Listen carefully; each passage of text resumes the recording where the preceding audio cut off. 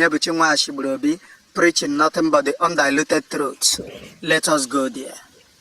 Ezi onye nwe anyị na Chineke nna nke pụrụ ihe niile Chukwu okike abịa ma bụ onye anyị na-efe na-agọzi aha nsọ ya onye ọbụla ya na-achị onye mmụọ na mmadụ na-erubere isi onye ọbụla ya bụ ọkaka ụbọchị ene ka anyị na-etuga eze ebube dị ngọzi mmalite na ọgwụgwụ ndị Igbo wee tụọ oge ebighị ebi onye nwe m ụmụ gị wee gbakọọ n'ụwa niile iwe nara ozi ọma nke gị onwe gị n'ezi ha site n'ọnụ mmadụ dị ndụ na nke ebere dị ngọzi anyị wee na-asị na onweghị ihe ọbụla ka anyị onwe anyị bụ n'ihi na ọ bụ anụkpa ahụ sọsọ ka mmadụ dị ndụ bụ ofu ụbọchị anyị ga-anwụ maka na okwu nsọ gị na-adịghị ma ruo mgbe ebighị ebi n'ihi na okwu gị niile ga-abịarịrị na mmezu ọ bịa nwere Biafra ga-eji wee bịa na mgbe nke anyị wee na-akpọkụ uwe na-arịọ gị na-asị lekwa ude nke anyị na-asụ n'akwa nke anyị na-ebe ka o metụta gị n'obi onye nwe m na Chineke nna nke igwe biko dịka isi wee napụta ụmụ gị n'ọbụ n'Ijipt gotu ọgbe gbezuga ụmụ gị bụ ndị Biafra mgbe ekwensu bụ zuu nke mmadụ dị ndụ kara anyị wee na-aja gị mma na-asị gị n'ime ọnọdụ anyị na-anyị ga-ekele ha nsọ gị wee nye gị nsọpụrụ ụtọ na eji ama mgbe niile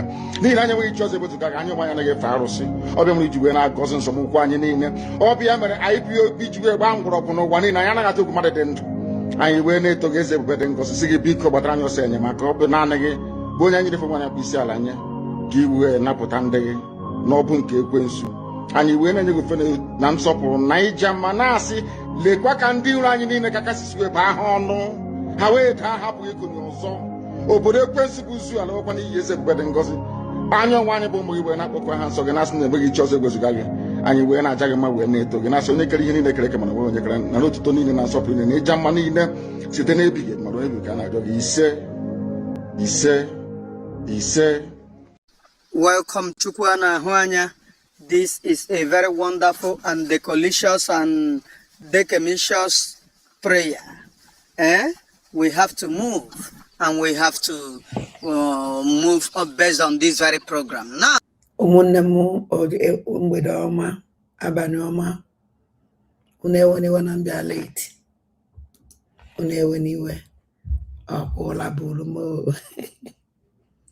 ezigbotola bụrụ m sọsọ ofe ihe pushuru m nsi na ọdụm ma ọdị njọ na mba abịarịla bifo ana m ala akwụkwọ ọzọ maka aka ndị ala ha ọrụ nwere onye njibe die so ka anyị ga-enu nwanne nwoke onye bụ Chinwe Ashigbologbe.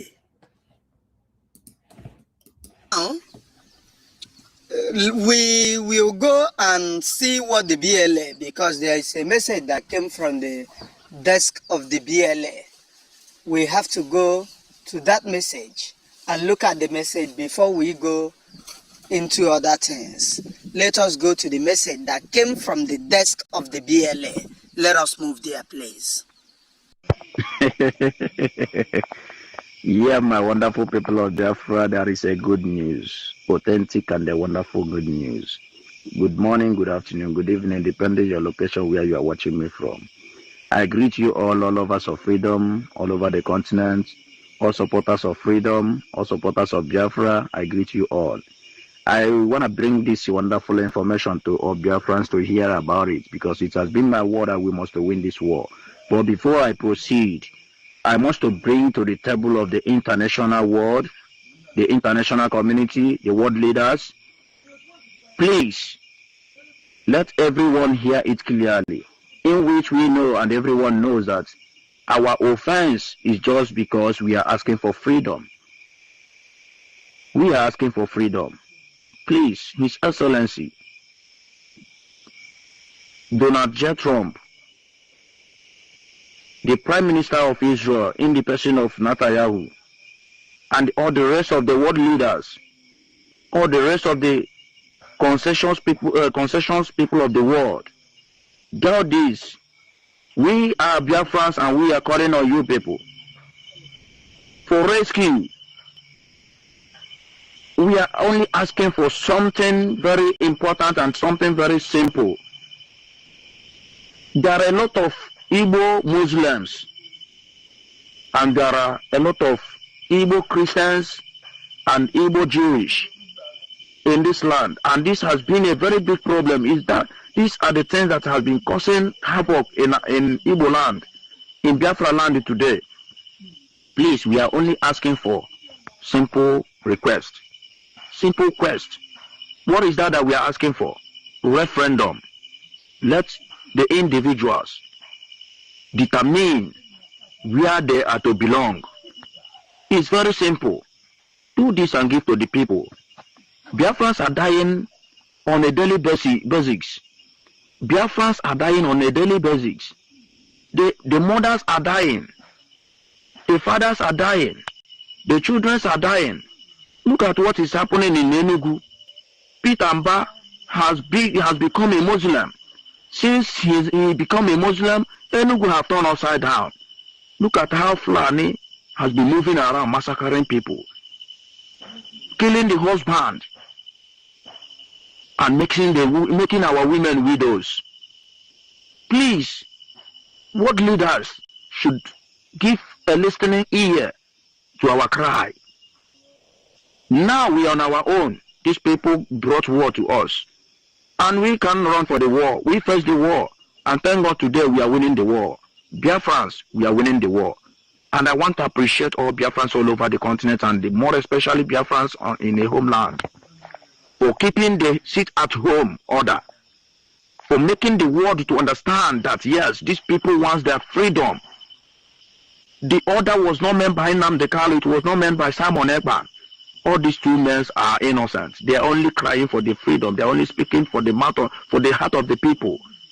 We want our freedom. Let referendum be commenced so that people can easily determine where to belong. Peaceful referendum. Let it commence, please. Though Biafrans a good news, is a good one. We are winning the war. Let this stupid slave Kenga and the cash also. Let them come out and explain. We have destroyed the armor tanker. We destroyed the armor tanker today. We conquer them today. Let them come out and explain.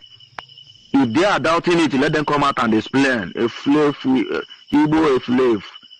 Stupid ones that are calling themselves Igbos. Stupid ones that their mother got their pregnant through Alhajis, Fulani in North. That have been fighting their own brothers with a Boko Haram swamp ISIS in uniform. They are not ashamed of themselves. And they are talking rubbish with this Ikenguru, idiotic human being that has no son and bastard, son of the beach. That are talking all sorts of rubbish.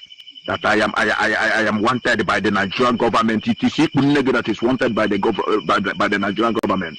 How can I be wanted by the so-called business center called themselves in Nigeria? Thunder, fire your generation there. Thunder, we no get brother, we no get father. Fire your generation there. Come and get me now. If mad, idiotic human being. You know, you are in the South Africa washing a woman pants. You are not ashamed of yourself. Selling attached. We've on. Idiotic human being. That has no surname. We have bring the armor tanker down today now. Ijele, come out and explain to the people. Come out and explain to the people. And they're gonna watch the video for them to confirm that those that do doesn't cap. We are the men on ground. We are not a terrorist, and we can never be a terrorist in our homeland. If the world is doubting it, let army get out of our land. They will see that everywhere will be calm. They will see that our people will cooperate. They will see that our people will be working freely, doing their daily basics, their daily businesses. Walking around doing their daily businesses. No more worries, no more. We can never worry our people in this life. And we are not against our people. We can never be against our people. God forbid bad men. We can never kill our people. How can't we fight them back? Okay, now they have pledged 20 million naira bond on my head. They will use the money now and channel it to our own people for them to go and look for my location, my this, my that. Then if I find out such a person and I killed such a person, they will be talking rubbish. Announcing to the people that I'm wicked, I'm killing our people. Any man born of a woman that went and collect bribe from Fulani in uniform, from all these Fulani jihadis, from all these terrorists in uniform, to come and threatening my life, you are a Fulani, you are against. You are a Fulani, you are a threat. Thunder, fire all of Unadia. Arab Babu Chagunulila. Now support all this evil going on in our land. And we say no to that. Now look at it. Peter and Badimina Obatara Fulani. Lobodai. Huh? Okay, kwa kai mala after ogu. After ogu ebe a na-egbu isi ụmụ mmadụ. After ogu ebe a na-egbu isi ụmụ mmadụ kịta na akwa enweta this Lokpa Lekwesi from Lekwesi achata Gariki from Gariki ọkwa Ọkigwe from Ọkigwe wele ebe Ọkwụmahịa ara gbagbuchakwa unu that place una mission with Fulani Caliphate can never work in Biafra land. We can never accept it. We are not a terrorist and we can never be a terrorist. Sure. Please, the international world, the international community, all supporters of freedom, all of us of freedom all over the world, support through Adaono, anybody, anyone you know that can make the message available to the men on ground. Do it. We are not against anybody. Ogenkere, we are not even against Ogenkere, we are not even against Ngozo Rabeze. But we all know everybody. We know who be who. Imaginez pouvoir créer n'importe quoi, rien qu'en y pensant. Voici Base 44, une plateforme complète de création par l'IA, faite pour tous ceux qui ont une idée et l'envie de la réaliser. We know who be who. All on our plan can never work. But I strongly believe that anyone that is working with all this. Biko ụmụnne na comment section nyere m aka. Uno na-anụ this audio na-akpọ na uno na-anụ dị ihe uno na-anụ ya. Nyere m aka na comment section. Onwe onye kpọrọ m sị na the audio adịghị apụta. Biko nyere m aka na comment section. The audio na-apụta ka ọ dị apụta biko ụmụ aja anyị.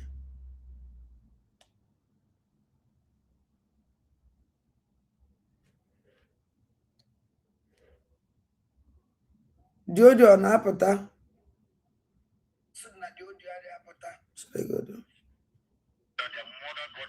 Mba ọ na-apụta nwanne m nwaanyị cheke ya this na ọ na-apụta. Thank you very much ụmụnne. Biko the audio na-apụta. Cheke phone gị ezi nwanne m, maybe not from your setting cozy. Thank you. And they standing to deceive Biafrans.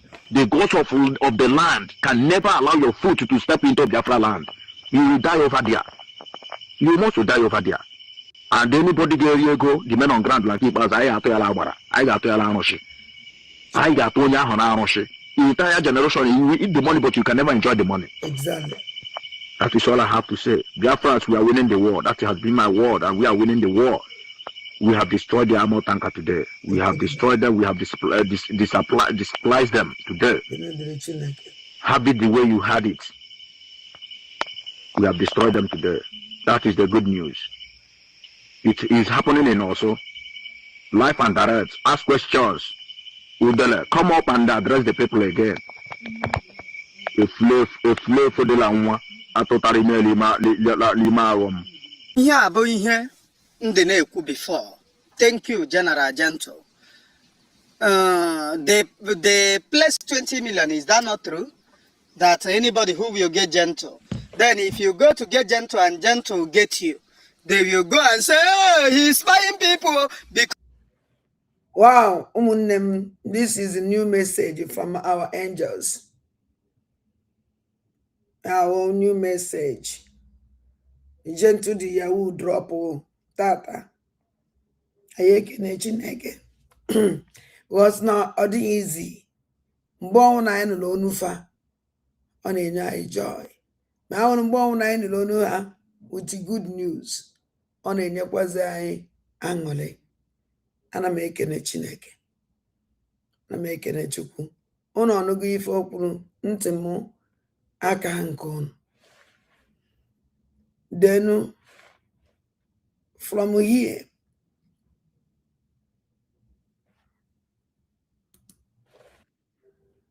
I am with a fantastic news. Mas no news in your mobile angole caresia.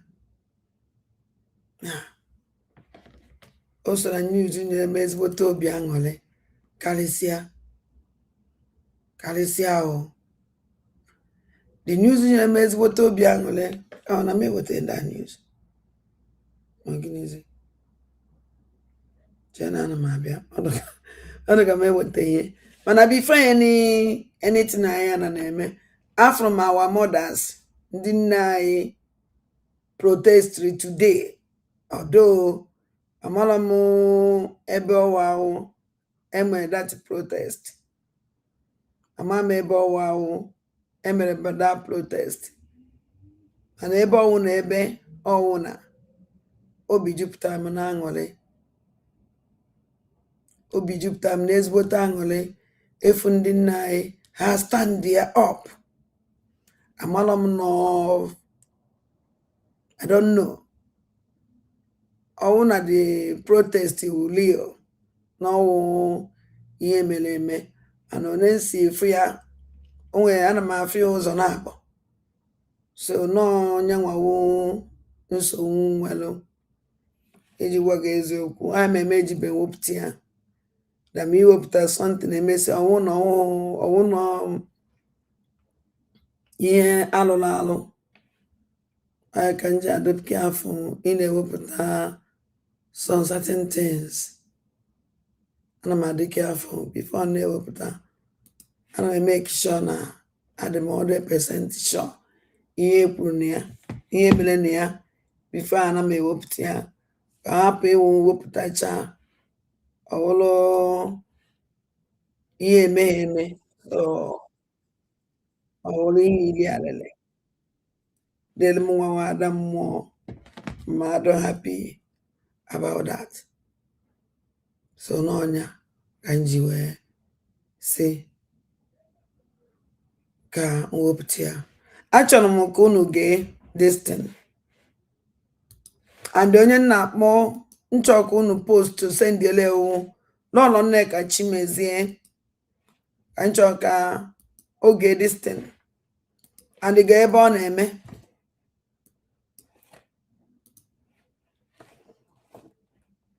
This night now, that in Mbiri community, I don't think they will sleep this night. Ndị Fulani herdsmen abatago n'Urodo community. Urodo community dị na mba itoolu n'Imo State. Ha abatara na that community day before yesterday. Yesterday night, ndị Urodo community alahụhụla abalị because they don't know what will happen next. Today, some of those Fulani people with their gun abago Mbiri community, Mbiri dị na mba itoolu local government n'Imo State. To the extent that this afternoon, those Fulani Ptanacho also na those communities, which means this night they are not going to sleep because they don't know what will happen next. And that in the community and the Mbiri community, they not be told. That in the community, I don't be told. Onye my condition of her. Onye my kasi no. Nobody. Maka this community in Mbili asi we no. Onwere any message na put from that in Mbili. Onwere any information. Onwere any picture. Nothing. Mandi Mbili no n'uno. Mandi Mbili no n'ama. Adi ekwu okwu ka emana ife na-eme na their community. Nobody is talking. Ina ni uno na ife na agwa uno na. Aya agba mbọ.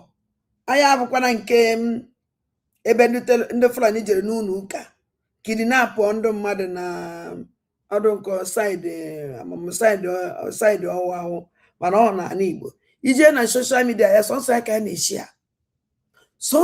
na-eshi a mana nke na-eme na Igbo mụrụ nze mụọ ọzọ our mothers are protecting na-egosi ka esi egbufa anyị afụbe ndị media si na-ebue mana nke mere n'obodo ndị ọzọ esendele m esi m shiawa I can never share it.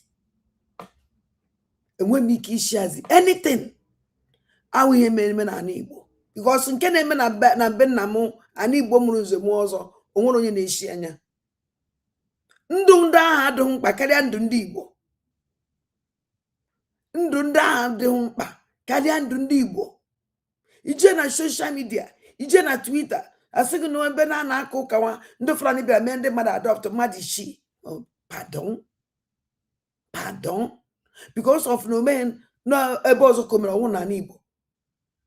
Ọnwụ na Igbo. And we jele na-egbu ndị Igbo ka o gbuchaa aka chifo. Our mothers ndị nne ndị Igbo na-protest na-ekwu ka esi egbufa. Ọ bụrụ onye na-eshi anya. Adịkwa m sọlị o. Onwe voice note ma like ka ige. The way ndị Fulani herdsmen si we surrender those communities. Urodo community, Yanambiri community dị na Itoolu n'Imo State. The way the situation is now, I'm asking onye abu ESN or onye abu government security. Any group who is ready to protect these people, they should go ahead. Ndị Fulani surrender go those communities. Oh. Ngwanezi anya na ije na social media kita. Ihe na-emezi na-ewizi na social media wa Fada Mbaka Ebuka Obi. Fada Mbaka Ebuka Obi. Fada Mbaka apụta na sno social media war. Fada Mbaka Ebuka Obi. Ihe awụ distraction. Aya nege Fada Mbaka na Ebuka Obi when allow our land na sink. Terrorists na conquer our land. Aya nọrọ Fada Mbaka Ebuka Obi. Ekwucha na nke Doris Ogala. Mgbe a na-egbu ndị be anyị Doris Ogala. Christy nonsense on aza. Now zi biri me attack. Igbuchasị ndị mmadụ na ana Igbo mụrụ nze mụọ ọzọ. Ebuka Obi weta nkiye. Kwuo ibe o kwuru. Onwekwa onye ọkpara afa. Onwere mgbe m nụrụ ebe Ebuka Obi kpọrọ Mbaka afa. Na ndị otu Ebuka Obi bido nọ Mbaka. Ọ na-abịazi Mbaka apụtago nke kwuo si na social media war. Na ọbịọ ijeze ya na-esha Ebuka Obi kwari na mmiri na ama ewi n'anya.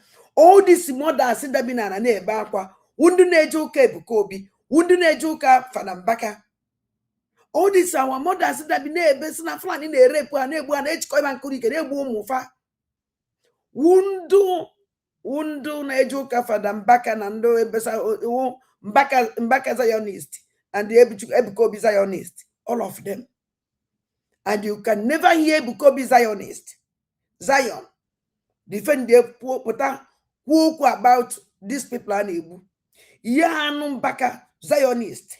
But a walk and a protest in the night, they taste bufa. Now I social media. A bit of less sending me even back up. Bunk and back up. And send them even to know to Ebuka Obi. Upon here distraction. Onu ti sieba. Una ne yawo ani Igbo hezi ohe n'etiti. Ani Igbo says nenu, I say nenu. The only thing ani Igbo kita ya do too much. Ihe ọzọ na ya emewo. Wanti the phone na amari ya na-emere gidi osinkia. By then all not too late. Man ka na-akpa Ebuka Obi o. If you have your o were passport ya move o. Enwecha na unu ụka. Ha na-ejo pụta obodo oyibo ebe bidokwa ebe ha kwụsị. Fada Mbaka pụta obodo oyibo bidokwa ebe ọ kwụsịrị o. Ebuka Obi pụta obodo oyibo which had the access to move out from Europe to Europe. He bidokwa ebe ha kwụsịrị. Drọkwa congregation o. Enwere Zionist everywhere. Enwere Ebuka Obi enwere Mbakanist everywhere. Onye na-elose. Kedu onye na-elose? Ka ibi dokwa ebe anyị kwụsị. Nna m na-ekwu. The thing ebe ndị batara yesterday ka ha day before yesterday sorry ka ha bịara. So yesterday na ha na-achụ ndị Igbo nọ n'Orodo na-achụ ha ọsọ. Ha niile ụfọdụ ha agbalagachi egide one person yesterday. Kugidie ihe akpọkwa onye ewaye the rest agbalagachi ya. And the tower na-agbaga ọsọ mbieri ka emege tawa ndị Awụsa achụgazi ndị Igbo ndị Fulani ndị achụga ndị Igbo agbalagashia with ebe and they came close to my community ndị agbalagashia so ya wụ ihe megene na oya wụ ihe megene ebe ọbụla na rigodi scatter dị na onye ọbụla ihe ọbụla na ị ga-eji echekwa onwe gị ga-eji echekwa enwe ebe resave Imo State na-enwururu ọkụ na enwe ebe resave. This night now, that's in Mbiri community. I don't think they will sleep this night. Ndị Fulani herdsmen abatago n'Urodo community. Urodo community dị na Itoolu n'Imo State. Ọkwụrụ anụ gị onye niile aka wa angels na fight. Onye niile aka East inye aka ka fight ya together. Nda ijere na criminal ndị ochie. Jere nyere ha aka.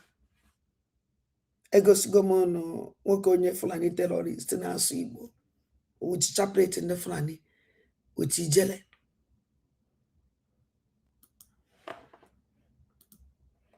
Achọrọ nke unu gekwa ntị. Unu na-abata ụlọ na-eche ụmụnne na-abịa n'obodo. Ton site est construit à partir de ce que tu lui décris. Tu peux créer ce que tu... Breaking news. Imo State Tiger Base indicted of unaliving Igbo youths in large number in Owerri. Here are the news in details. Wonderful people of Biafra, lovers of freedom all over the world, you are welcome once again to Biafra Unite channel /television this very moment. Today's date is 25th of February 2026, and I have another important information for every one of you listening to my voice right now from wherever you are all over the world. Dear friends and lovers of freedom, I want you to pay very good attention to this very news because it's very, very important. I can assure you, my people. Imo State Tiger Base. You all know how we have been hammering on this very blood-sucking Tiger Base for a very long time now, even when our Prime Minister Mazi Simon Ekpa was free with us. Today, Amnesty International has decided to do the needful by indicting that very Tiger Base that have been sucking the blood of innocent Igbo youths for the past few years now. So without further ado, let us read from one of the Zoom media platforms. Sarah reporters, and according to the headline, they said, Amnesty International condemns unaliving, extortions, torture of detainees at Imo Police Unit, Tiger Base. According to Amnesty International, the unit originally set up to tackle kidnapping and armed robbery. That's why they set it up, but now they are the ones kidnapping and doing armed robbery. So the reverse has become the case. That is the zoo for all of you. Now has instead been unlawfully unaliving suspects, torturing and ill-treating detainees to coerce them into confessing to bogus crimes and arresting people for the sole purpose of extracting lucrative bribes for their release, which is kidnapping people and demanding for ransom. You understand? This is very simple. It depends on which English word that is being used on them. If it's the known foot soldiers, terrorists, they call them kidnapping and collecting ransom. If it's the officials of the government, they call it arrest and bail. But when you go and forcefully kidnap a person without arrest warrant or whatever, it is kidnapping and taking that person to an unknown destination without the consent of the family members or associates. It is kidnapping. And when you begin to tax that person to pay you huge amount of money in the name of bailout, it becomes not only extortion but ransom collection. You understand? It becomes ransom because you are holding that person against his will and you are forcing him to pay you huge amount of money for ransom only for you to release him. That is kidnapping and ransom collecting. You understand? The time has come for us to start putting the word the way it should be based on reality. The Amnesty International has accused a Nigeria police unit in Imo State of rampant violations, including enforced disappearance, torture, and extortion, alleging that detainees are routinely shot dead, coerced into confessions, and held in inhuman conditions. Now, this torture and extortion, it did not end there. They said that de nos jours, nous croulons sous les arnaques. They forced them to confess. They coerced them into confessions. And that above all, they say routinely shot dead. This is very, very ridiculous. Very, very disheartening. And the people that they are routinely shooting dead are Igbo youths. Igbo youths, many of them from Imo State. These are the kind of things that people should put mouth. Ifabo diki feudika aluneme na Igbo. Ndi Igbo kwesịrị na-etinye ọnụ.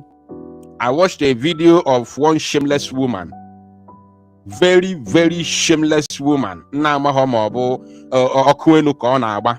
wee sị na ọ bụ nwaanyị a na-akpọ somebody Nneka ka ọ gịnị ka a na-akpọ ya, talking rubbish, where atrocities are being committed by government officials in your own Imo state, because the way she sounds, her accent. Ikuku na ya Nneka Chukwu Di Ya. Mba! You no go hear her talk. Shows you that the Nneka Chimezie and with a moke terrorist, a woman terrorist. Nneka Chimezie, woman terrorist. Igbo Munne.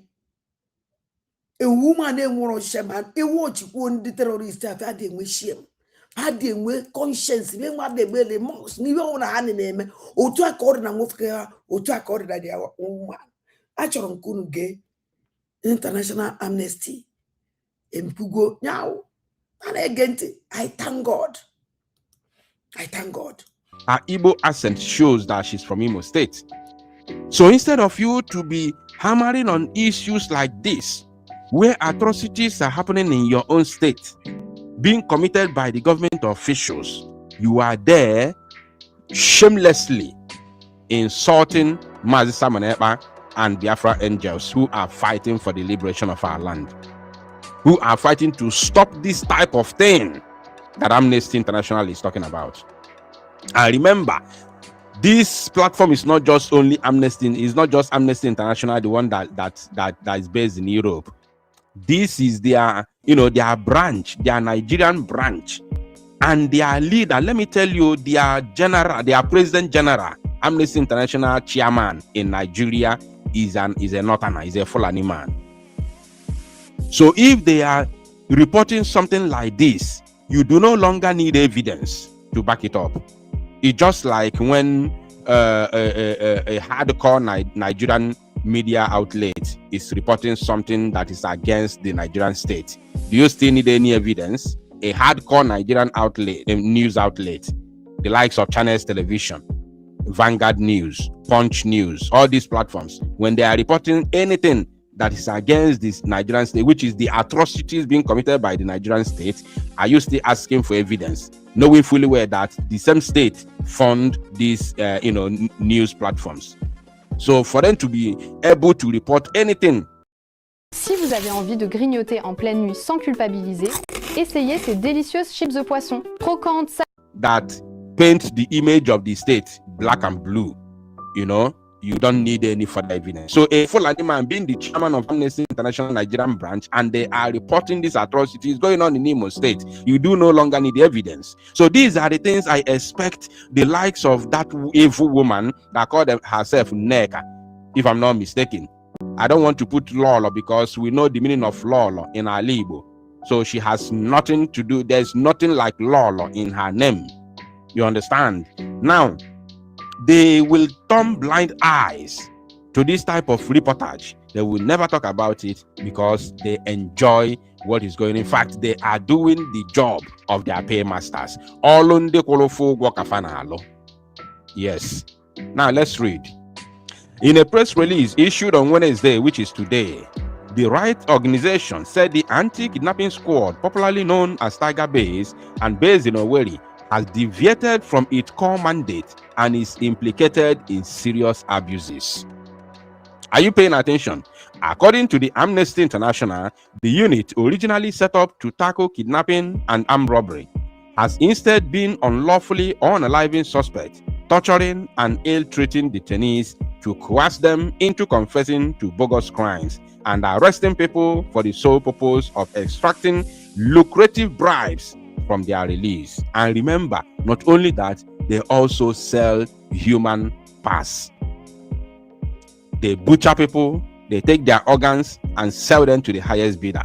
This is the business of this Tiger Base in Imo State. Yes, sir. And these are the things that we expect reasonable Igbo people, reasonable Igbos, both male and female, to put their mouth to tiyan onu no kwa. If any man a Tiger Base are tiyan onu ni fene men a this Tiger Base o te ga nwa tibelu mkpu ya. Nwere onye chọrọ itinye ọnụ. Onye akpụ n'ọnụ bụ ndị Biafra. While the government is committing all manner of atrocities in the state.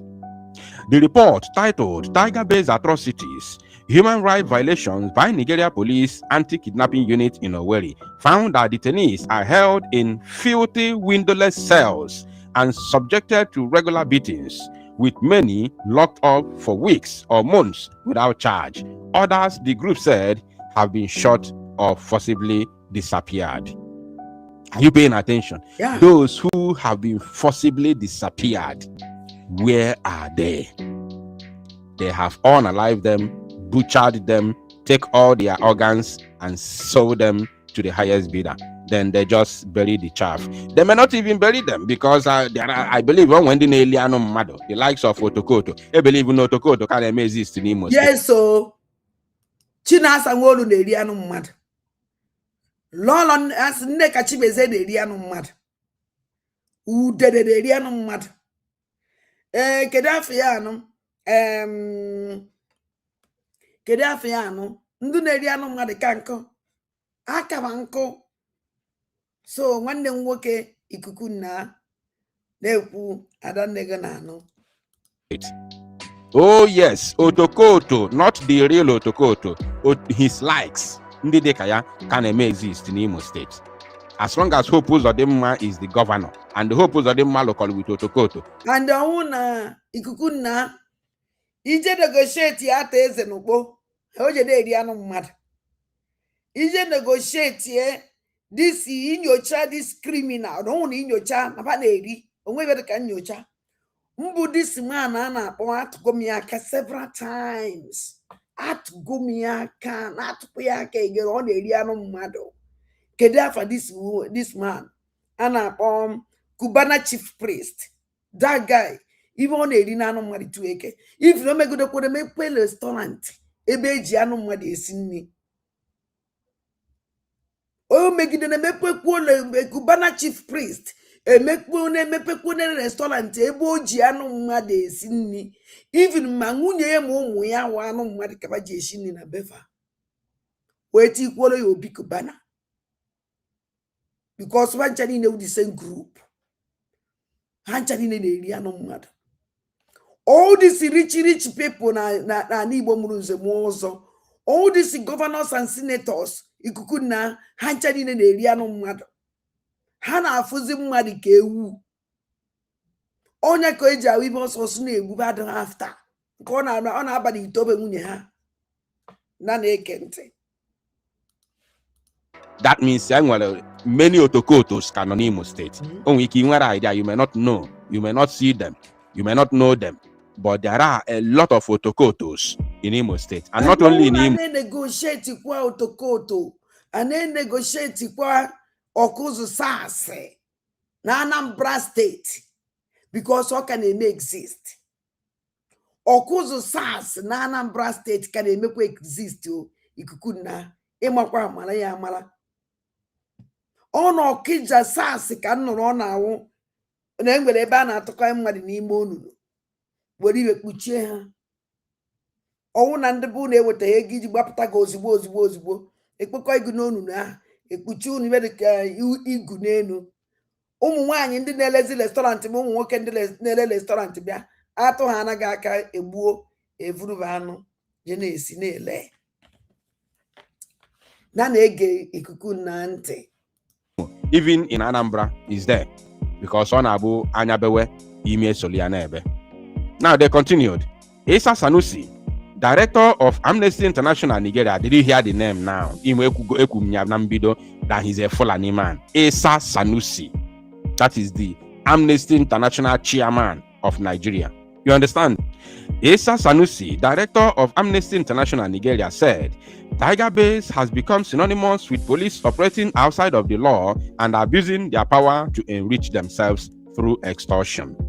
Those arrested and detained by this unit are subjected to torture and ill treatment. They never come out intact. Many are traumatized forever. Despite the horrific violations they have suffered, there has been no accountability to date. Amnesty International said many detainees are not asked to provide statements regarding allegations against them and are not brought before a court, enabling prolonged unlawful detention without arraignment, only happening in the zoo. and the Ndimo and the Igbo as a whole. Anyone that wants to come out to talk on social media, Okpuru Biafra nono, Okpuru Simon Ekpa nono, Okpuru Gentle nono, Okpuru Butuzo nono, Okpuru Biafra Liberation Army nono, Okpuru ESN nono, even though ESN is no longer in existence.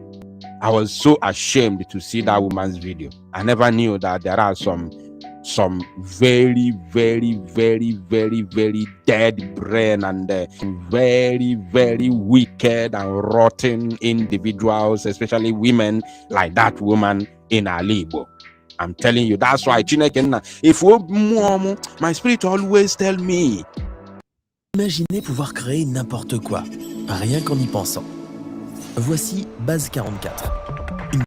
From beginning, my spirit always tell me, you see all the time that woman has been doing her things, doing her shenanigans, trying to talk about Ndib and all that. Woman are there, I want to distance myself from that woman. I'm telling you, all the times, I always, even anytime I try to use her video to do program, now, you always tell me to run from this person. And now, she's now showing her true colors. Shows you her true colors. They said, one survivor of prolonged unlawful detention told the organization, they arrested me insisting I bought stolen items. You know, they are the law. Whatever they say goes. You understand? He said, I told them I didn't know anything about it. They locked me up and seized my phone. After about 3 weeks, a police officer came to take my statement. Still, they kept me locked up. They later told us that the complainant claimed her loss was worth 14 million naira, $9,500, but that she agreed to collect 4.5 million naira, $3,100 instead. They said if I wanted to be released, my family would pay.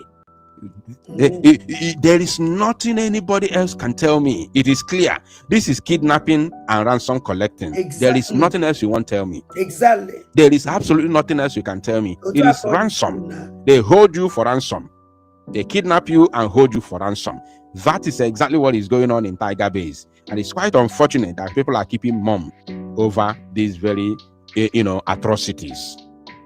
And they continued.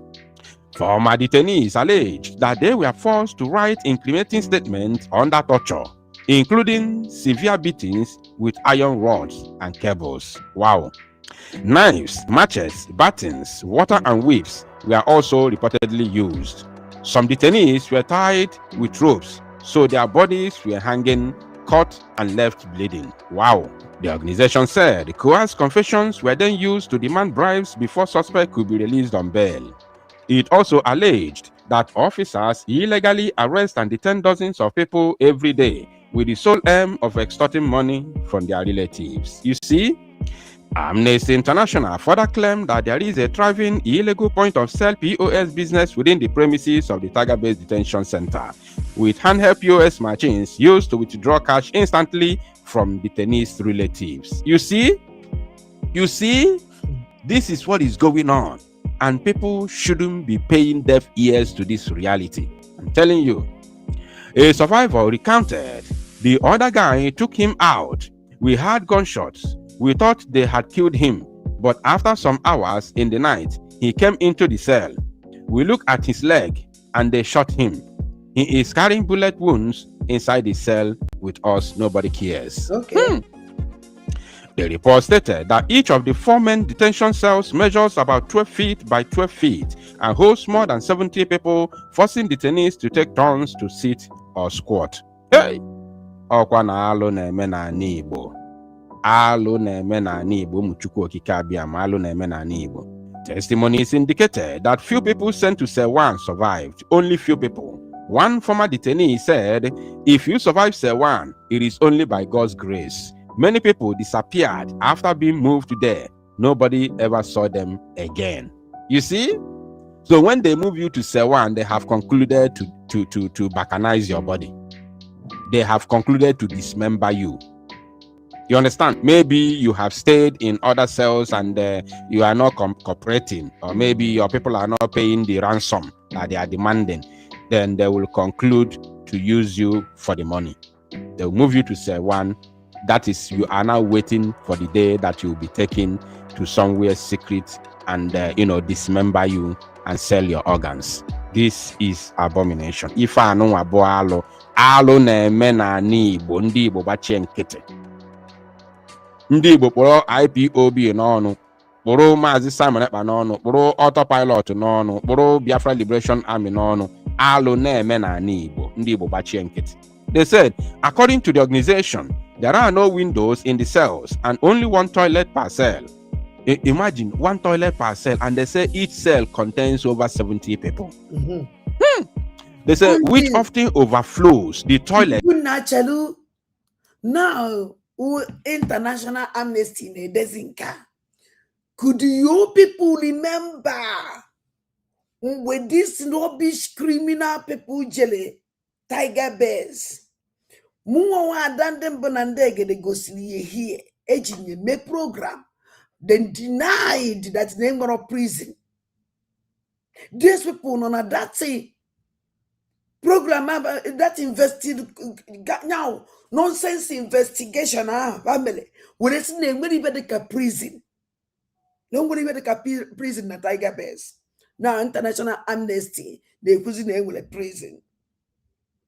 Mgbe nna na-ekwu okwu nwere ndị akpọpụtagasịrị na-eme interview a na-ajụ ajụjụ ewepụtara m ya ebe a na-asị ụnụ na-ekwe na ife ndị a na-eme n'ọkwa afọ sụrụ ndị a gụdee ka nwoke a si were kwụrụ onye a n'iru nwoke na-ajụ ajụjụ otu o si wee kwụrụ ndị a na-ajụ ajụjụ n'iru dee ka o si ajụ ha ajụjụ. I bring everything here now. Ihe niile ahụ gosiri na mkpụrụ na ihe niile ahụ gosiri na my platform that day na-enye ka International Amnesty deziri ya ede na na-ege ntị ụmụ Chukwu okike abịama. Hey, ana m asụ Igbo. Overflows because it's only one toilet and over 70 people are using it every day. So detainees are forced to urinate, defecate, and sleep in the same confined space.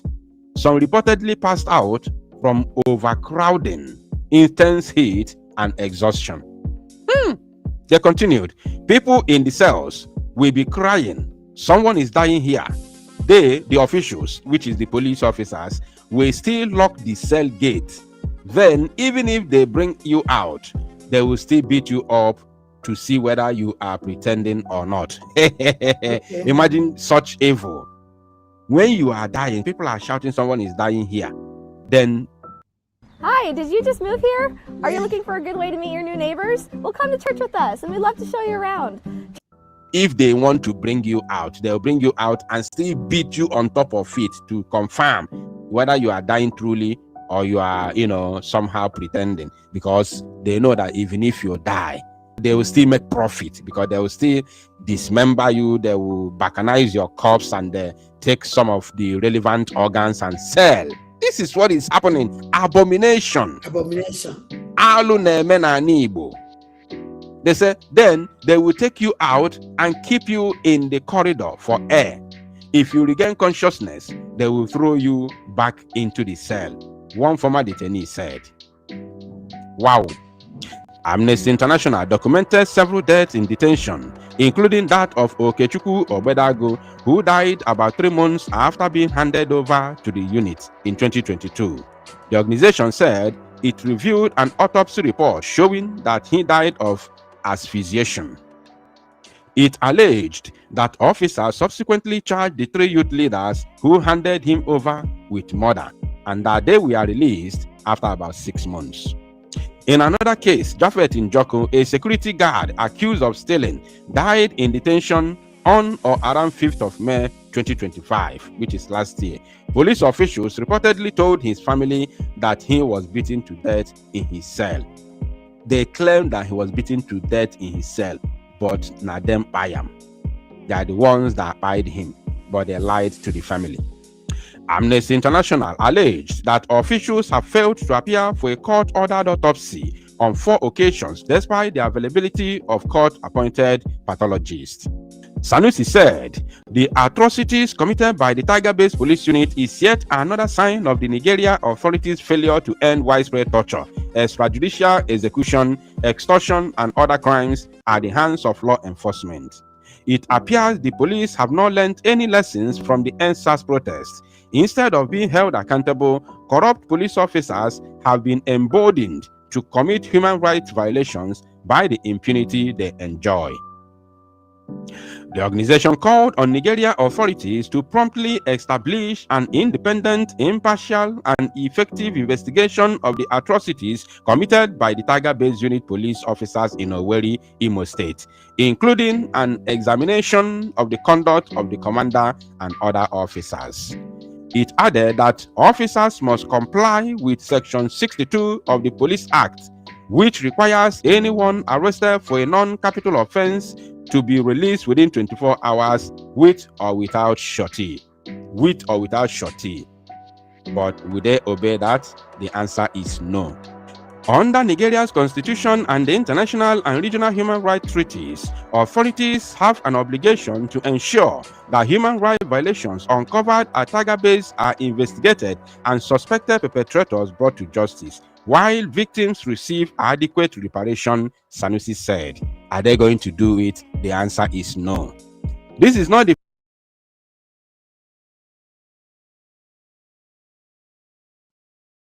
Nana emie ikuku na malakwa mala that the onye wo command na Tiger Base wo onye Yoruba.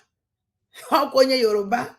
Ina no ebe udene and Kedafi ano slave na Nnewi a na ekene Tiger Base. I create Tiger Base. Ekono ọnụ oji ekwue na so yi. Waneze n'anya. The Tiger Base, udene na ekene every day. The Tiger Base, Kedafiano, slave na Nnewi na ekene every day. Nezeye ka Amnesty International na edeze against them. Achọrọ nke unu na-ege ntị ụmụnne m. First time that the Tiger Base will be accused of extrajudicial unaliving of innocent youths in Imo State. Sahara reporters had reported different allegations leveled against the unit for extrajudicial unalivings of innocent youths in Imo State, detainment without charge, among other atrocities. These developments come even as the government failed to act to nip the bud of these activities. My people, I don't have much to say anymore. You have seen it. Check the few names that they mentioned. The very few names that they mentioned are Igbo names, mostly from Imo State. Igbo names. Even though they did not mention a lot of names, the few they mentioned are all Igbo names. Exactly. Thank you, my people. Tosalo no mozia and make it go viral. Now, Obido Muta. Ona muyene nyem joy. Alili nina ahụ mụnwa wa dande mbe na ndị egede soro wee rie cheno onwere ndụ na-anụ ya wa alili cheno onwere ndụ na-ege m ntị alili n'ụdị niile apụtara mgbe ihe a na-ekwu ụmụazị sacrifice themselves na-apụta na-ekwu maka Tiger Base that time ndị Tiger Base ji wee je mee dati rubbish ahụ mamelu obi jupụtara n'aṅụrị na o nwere ndị na-anụ ya no somewhere and those people emego the need for ọ bụrụgodo that na onwe ọzọ ife ọzọ ha mere mana nke ha kwube mere eme ọdụgo oke achọrọ m ka unu gee another one now n'ụlọ Nneka Chimezie na ndị dog of sellout ya ebidogo ọlụ geenụ ntị ebidogo ọlụ ụmụnne ha ebidogo ọlụ achọrọ m ka unu gee ntị iwe ikuku na-akwụrụ ebe a. Zoo immigration officers kidnapped 3 youths on their way to visit Mazi Nnamdi Kanu in Sokoto Correctional Center. Hear the news in details. Zoo immigration. Even the plan was Sahara reporter. No one kwa propaganda. Zoo kidnap mmadụ ịtọ jere ife awari na Maazị Nnamdi Kanu na Sokoto. Zoo immigration na-ekidnap ndị na-agbara onwe ha na main road. Kedizi kafasi ma na ndị a na-eje ife awari da wee nwee ike stop fa were kidnap ha. Onya ka nji gwa ndị ngwasị, if you want to go and see our leader, buy moto gị jebe. I mean announce agwara nwoke agwara nwanyị jee na mana ọwụ na esi ka ime ibe Chineke Chimezie fa agwara gị, then we kidnap you.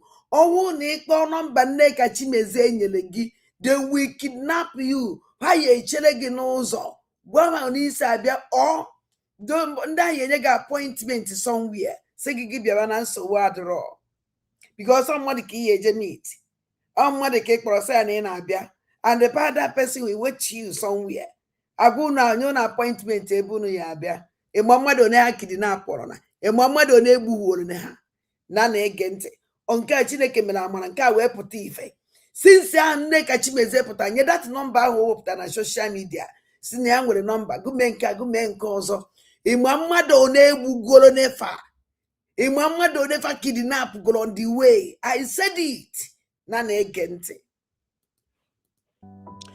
Wonderful people of Biafra, lovers of freedom all over the world, you are welcome once again to Biafra Unite channel/television this very moment. Today's date is 25th of February 2026, and I have breaking information for every one of you listening to my voice right now from wherever you are all over the world. Dear friends and lovers of freedom, I want you to pay very good attention to this very news because it's very, very important. I can assure you, my people, it don't happen.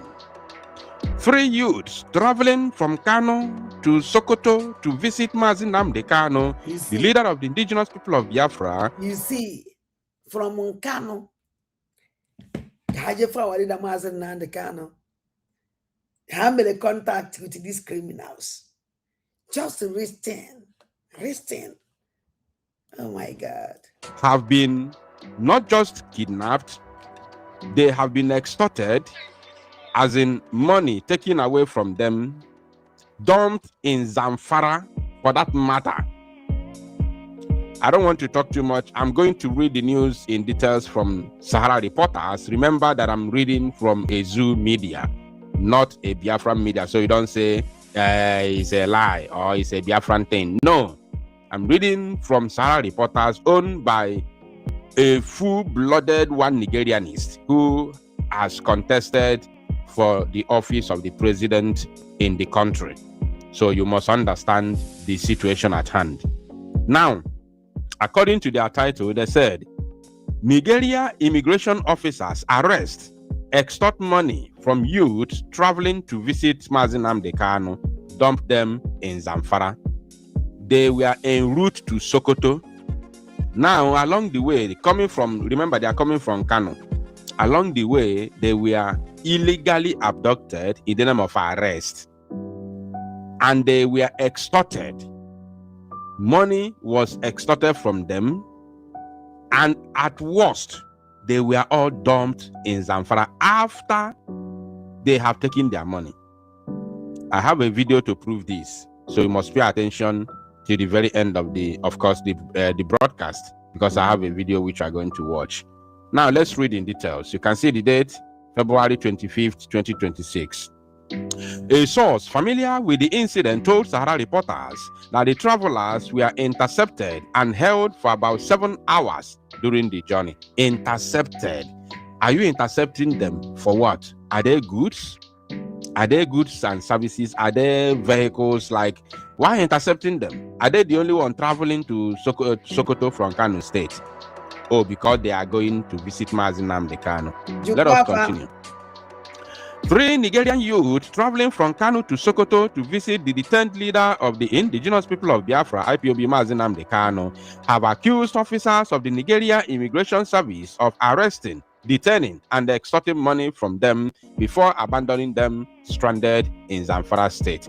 After they have extorted money from them, meaning that they have no other funds to continue the journey, now they dump them in Zamfara State. Regardez ce graphique.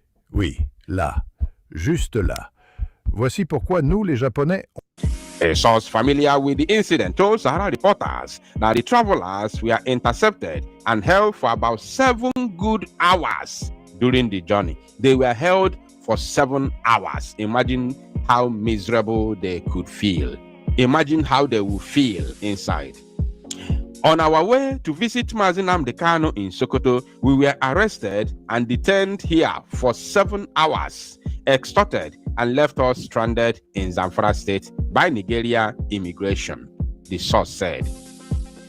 A video obtained by Sahara reporters captured moments showing the 3 youths during their detention by immigration officials. Speaking during an exclusive interview with Sahara reporters, one of the victims, who identified himself as Cruz Niger, Okwe Niger, Okwe one Nigerian is because a Biafran cannot bear the name Niger. It is impossible. Cruz Niger, a one Nigerianist, but who knows that an injustice to someone is an injustice to all. Decided to go and visit our leader Mazi Nnamdi Kanu, and this thing happened to them. Now, the one that is called Cruz Niger narrated how the incident unfolded on Sunday, just this past Sunday. Unbelievable. On Sunday, while traveling from Kano to Sokoto to visit Mazi Nnamdi Kanu, we were stopped by immigration officers at the entrance of Zamfara State. After searching our vehicle, they asked me and my colleague, the shadow dancer, to step down, he said. Now they are in Zamfara and there have been terrorism going on in Zamfara, yet these fools, these criminals that call themselves security officers are not capable to stop the terrorism that is going on in Zamfara. They are there at the entrance of Zamfara State, probably by the boundary. They are there. That same boundary. These people, these terrorists are using it to cross over, either going to Zamfara from Sokoto, or from Zamfara to Sokoto, or from where else, I don't know. But they are there, and they couldn't stop them. Isn't it madness? Isn't it unbelievable? Now, according to him, the officers accused them of attempting to travel illegally to Libya, despite their explanation that they were heading to Sokoto. Imagine, without any evidence. No evidence that they are going to Libya. By the way, what is the business with Zamfara State and Libya? You accuse them of traveling to Libya, illegally. Why they are still within the shores of the zoo? They are still within Nigeria. They haven't even, you did not catch them, at the border between Nigeria and Libya. Of course, Nigeria does not have borders with Libya, but you did not catch them at the border between Nigeria and Chad, or between Nigeria and Niger. You caught them in the zoo, within the territories of the zoo, not even at the border. And then you are accusing them of this life no balance. Now, they accuse us of attempting to travel to Libya. We firmly denied this allegation and explained that we were simply on our way to Sokoto. Despite this, they searched our bags and thoroughly examined our phones, he said. He added that the situation escalated after officers allegedly discovered photographs of him with activists and politicians, Omoyele Sowore, and other activists on his phone. That means all commit to go for crime be that. Be that. He's now a criminal. Automatically, he's a criminal. All commit to go nukute heinous crime. Because picture ya na Omoyele Sowore na phone. Omoyele Sowore they were free. Now gari everywhere. Even as matter of fact, the zoo court, recently, I don't know if that should be on Monday. Recently awarded him 30 million naira and sanctioned the zoo police for illegally declaring him wanted. Therefore, told the zoo police to pay him 30 million naira compensation. So tell me, a man that has just been awarded 30 million by the court for damages, tell me how seeing that man with you, seeing his picture on your phone, tell me how it has become a crime in the zoo. Now, during the search of my phone, they saw photographs of me with Omo Eleshowore and other Nigerian activists. From that moment, they concluded that I am an activist. They immediately seized my phone and refused to allow me access to it, he said. The victim alleged that repeated pleas to contact family members or associates were ignored by the officers. Unbelievable. The Zoological Republic of Animal Kingdom, Nigeria, is gone and gone forever. Arrêtez tout de suite de gâcher vos économies dans des implants dentaires hors de prix, car voici la révolution qui secoue toute la France. Découvrez. I pleaded with them to let me make calls so that people would know my whereabouts, but they refused. Instead, they repeatedly warned us about how dangerous the area was, he added. So, this is what I care what they go say, so now. He further claimed that the officers demanded large sums of money before allowing them to proceed with their journey. Unbelievable. Extortion. We were taken into a room where we met 5 other people, 2 young girls and 3 men. The officers told us that if we wanted to continue our journey, we would have to pay 200,000 naira plus 30,000 naira for transportation to Sokoto, he said. According to him, after prolonged argument, the officers allegedly reduced the demand to 50,000 naira, which the travelers still could not afford. Imagine that they did what? You want to take 50,000 naira from them, that they did what? So now traveling within the zoo is a crime. Remember, they did not tell them that they are going to see Mazi Nnamdi Kanu, because if they had mentioned anything like that, the situation would have become dicey. In fact, everything would have gone left. I'm telling you, if they had mentioned the name of Mazi Nnamdi Kanu, everything would have escalated beyond control. You understand?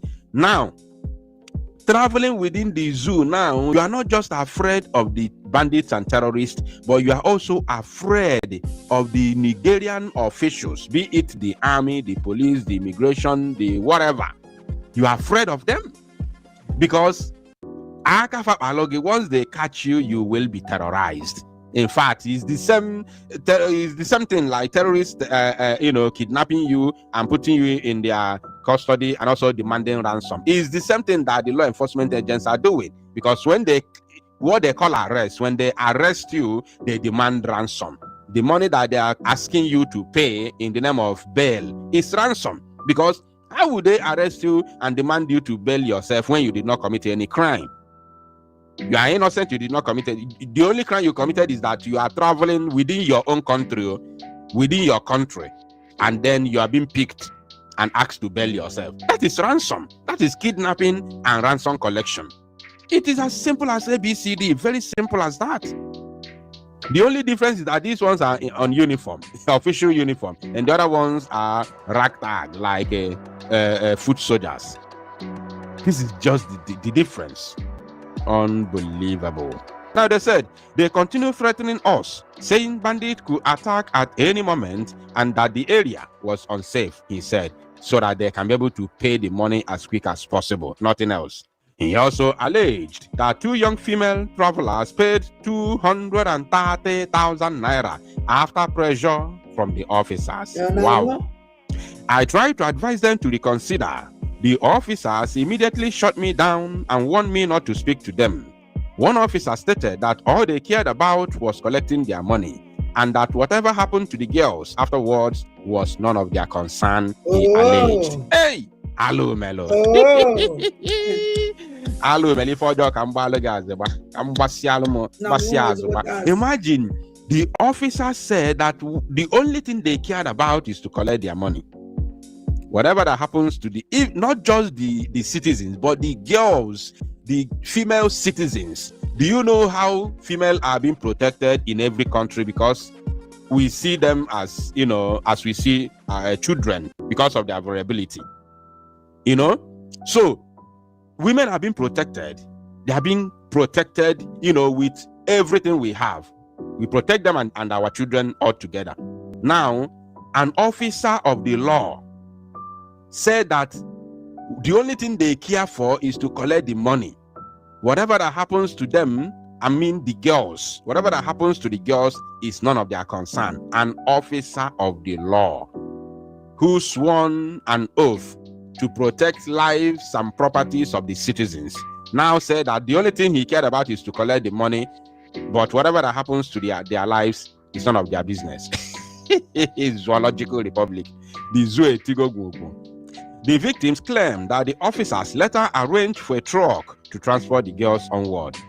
Eventually, after continued pressure, the youth said a point-of-sale POS operator was brought in. Imagine, a coordinated crime. A coordinated crime. They have their partners in crime. A POS operator was brought in and they transferred 30,000 before being allowed to leave. Okay. Shockingly, shortly after leaving the checkpoint, the driver stopped and claimed he had only been given 3,000 naira, not 30,000 naira. We were left stranded without money and had to start calling people to send us funds so we could continue our journey, he said. Unbelievable. Wow. In January, Sahara reporters reported how the Federal High Court in Abuja dismissed an ex parte application filed by the imprisoned leader of the indigenous people of Biafra POB, Mazinam Dekano, seeking his transfer from the Sokoto Correctional Facility, of course, to Abuja. Justice Jenson Motosho dismissed the application after Kano's lawyer announced his withdrawal from the case. Kano's lawyer, Dendu Hassan, a senior legal officer with the Legal Aid Council, at the resumed hearing of the application on Tuesday, informed the court of his decision to step aside from the matter, citing irreconcilable differences between him and the applicant. Hassan told the court that since the last adjourned date, he had maintained regular telephone conversation with Kano's relatives, who were expected to visit the Legal Aid Council office to depose to the application. So now, let me just play the video for you. I don't want to say much because the write-up is a little bit longer than expected. So let me play the video for you to watch and understand what happened. So nobody is a single couple. If they wish by themselves to die for money. So these are the youths. Remember, they say where they dumped them, they met other 5 people that they also kidnapped and dumped them there. You understand? So this is the way things are going in the zoo. Thank you, my people. To salon umozia and make it go viral. Bonjour. Et si quelque chose d'important était sur le point d'arriver dans votre vie et que personne ne vous le révèle? Wow. Post youths, remember they say where they now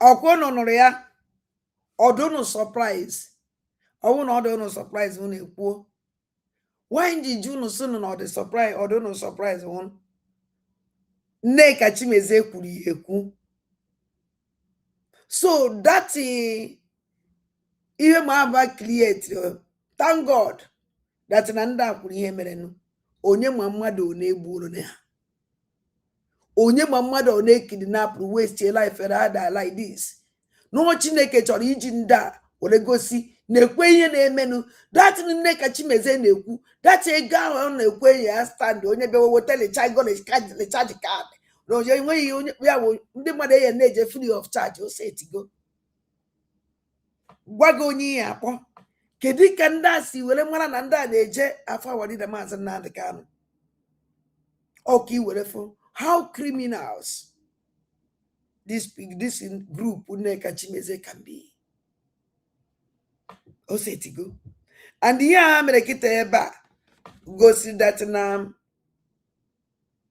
yeme ndị mmadụ some ndị mmadụ atụ egwu ije na afọ awadida Maazị Nnamdi Kanu. Do I trust ndị Igbo? Because ihe eme ụjọ. You can't. Although impossible. Although impossible. So, my brother Ikukunna, ezi chioma m gọziere m gị na this information a iwepụtara gosi anyị atụrụ isi ihe n'ike iwere fụ na ihe niile ndị a na-ekwu na a na-eme otu a si wee kwuo onye na ụmụnne m na-echezokwara Biafra Angel kwuru okwu wee sị ịmara ebe ọnwụ na ị na-etinye ego ọ na-elu ha kọntinu na-etinye ọnwụ nọ na nke ada onowu ka ị na-etinye ọ na-elu ha kọntinu na nke ada onowu a ọnwụ na o nwere grupu ị nọ na ya ị na-etinye ọ na-elu fa continue with that group oifapụrụ ịma na ekwuru m ya mbọsị a si ebe ọnwụ na ibilọngụ isi etinye ego ọ na-elu our angels biko continue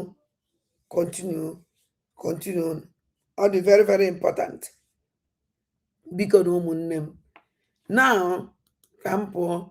Oh my gosh. Okay. Apụọ m ebe a ka anyị jenu na another thing. Agwa m ọnụ na mma na-enwetara ụnụ update update o ka m na-enwetara ụnụ nke ahụ new update because ijele na terrorist group nọ na Imo steeti na-eme content creator film acting film ka ha na artchana with Odumeje film then mụnwa wee pụta wee gwa ha sị ha na unu nọ na nke Odumeje since na kamera fa dị move n'ọsọ nsọ ofu ebe ka dị kamera focused onwe kamera efuru this ude na-emele ogosie ọdụ complete ọkwa ofu ụsọ ahụ ọ nọ ofu ụsọ ahụ ka ọ na-egosi and ana m ekene our people ana m ekene nnọọ our people na Chineke gọziele m ụnụ because our people apụtago na-ekwuzi maka this atrocities na-ahapụ n'Imo steeti obido m ụtọ now after ka m kwuchara ya ha wee release this video after m eje na this video ka m gosi ụnụ after ka m gwachara na kamera ba anaghị kamera ba anaghị atọ ọnụ ka ihe na-emere ya na kamera ha anaghị atọ ọnụ n'ofu ebe ka kamera ha nọ kwụ eje ana ha nwa wee release this one achọ nke unu gee ntị. Everywhere catch fire. Everywhere catch fire. See, men are return for the major house again if they burn unaware. No also. Odumeje house is taking. Go burn all this bush where they cover now. Umwe will be no ogo. Oh, now come and fight. Putano be no ogo. But I quit for corner in go. If we corner record. Putano be no ogo. This man. Everywhere catch fire. Everywhere catch fire. Chicha na be Odumeje. Chicha dị ihe a ha mụla wakpoko na abịbịa bakpochakonatara na mbala because mgbe a batara ebe ọ bush ka o nwere onye na ya nọ unu fụrụ mgbe egosi yesterday mgbe a batara that place yesterday so after ka jiri budezo kpụcha chicha na jee buze mmụ ya bịba ọkụ ha pụta na asị gị pụtanụ. This one awụrụ my destiny. Achọrọ m ka udere na-ewepụtara anyị something na-egosi anyị ha na-egosi anyị ya in a way ọ dị mma ọ nwụrụ ike otu mee nke aka otu ome nke ebe ị ma na ị na-enwe na-arụ ezigbo ọrụ and ọlụgụ dị successful you need to show us na ha etinyego ewe na picture Odumeje na nwunye etinye iji wee destroy ya the family na-ege ntị. And return for the major house again if they burn unaware. Onye ama na ọkwa gwara m ọnụ na-abịrịba ha kpụchakọnọtara be Odumeje ka amụ eziri ọkụ na-asịzi gị make una return for Odumeje's house again. Onye ama na ba hapụkwa so this ndị ha na-achọ ụlọ na bush ka ha nọzi na they are not in the bush again na ọ bụ Odumejezi ka ha nọ mekwe. Achọrọ nke unu na-ege ntị ọ bụghị unu m nwe ige wee continue na-ege ntị the nonsense na-esi no na-apụta okwe watago if I no na reality anya no na content creator agwara m na ife da na-eme land grabbing anya na-eme so ba wee chọọ ka ha je na nke odumeje iji wee because odumeje na fight for wadi da Maazị Nnamdi Kanu ọwụ na abịa na this community ọwụrụ ọsọ odumeje wa ọgaranya destroy house ya so not because of no odumeje kwuru okwu ha wee chọzi iji house odumeje wee make content creator we create their content creator and all that content aka ha na-create this thing so akpọ m here ihe nji wee bịa ebe a achọ m ka ngosi unu after na program anyị na-eme this criminal call ijere na-egie and Nneka Chimezie na-egie all those criminals arrested ha na-egie kpatara ha ji wee pụtazie na wee gosizie gị ebe a na-amụ abịbịa kpo ha kpochakọrọ ndọtara ebe ọkụ na n'ezi anya ebe ọzọ ha jira after ka ha pụrụ ebe a lekwa another content ha create kwa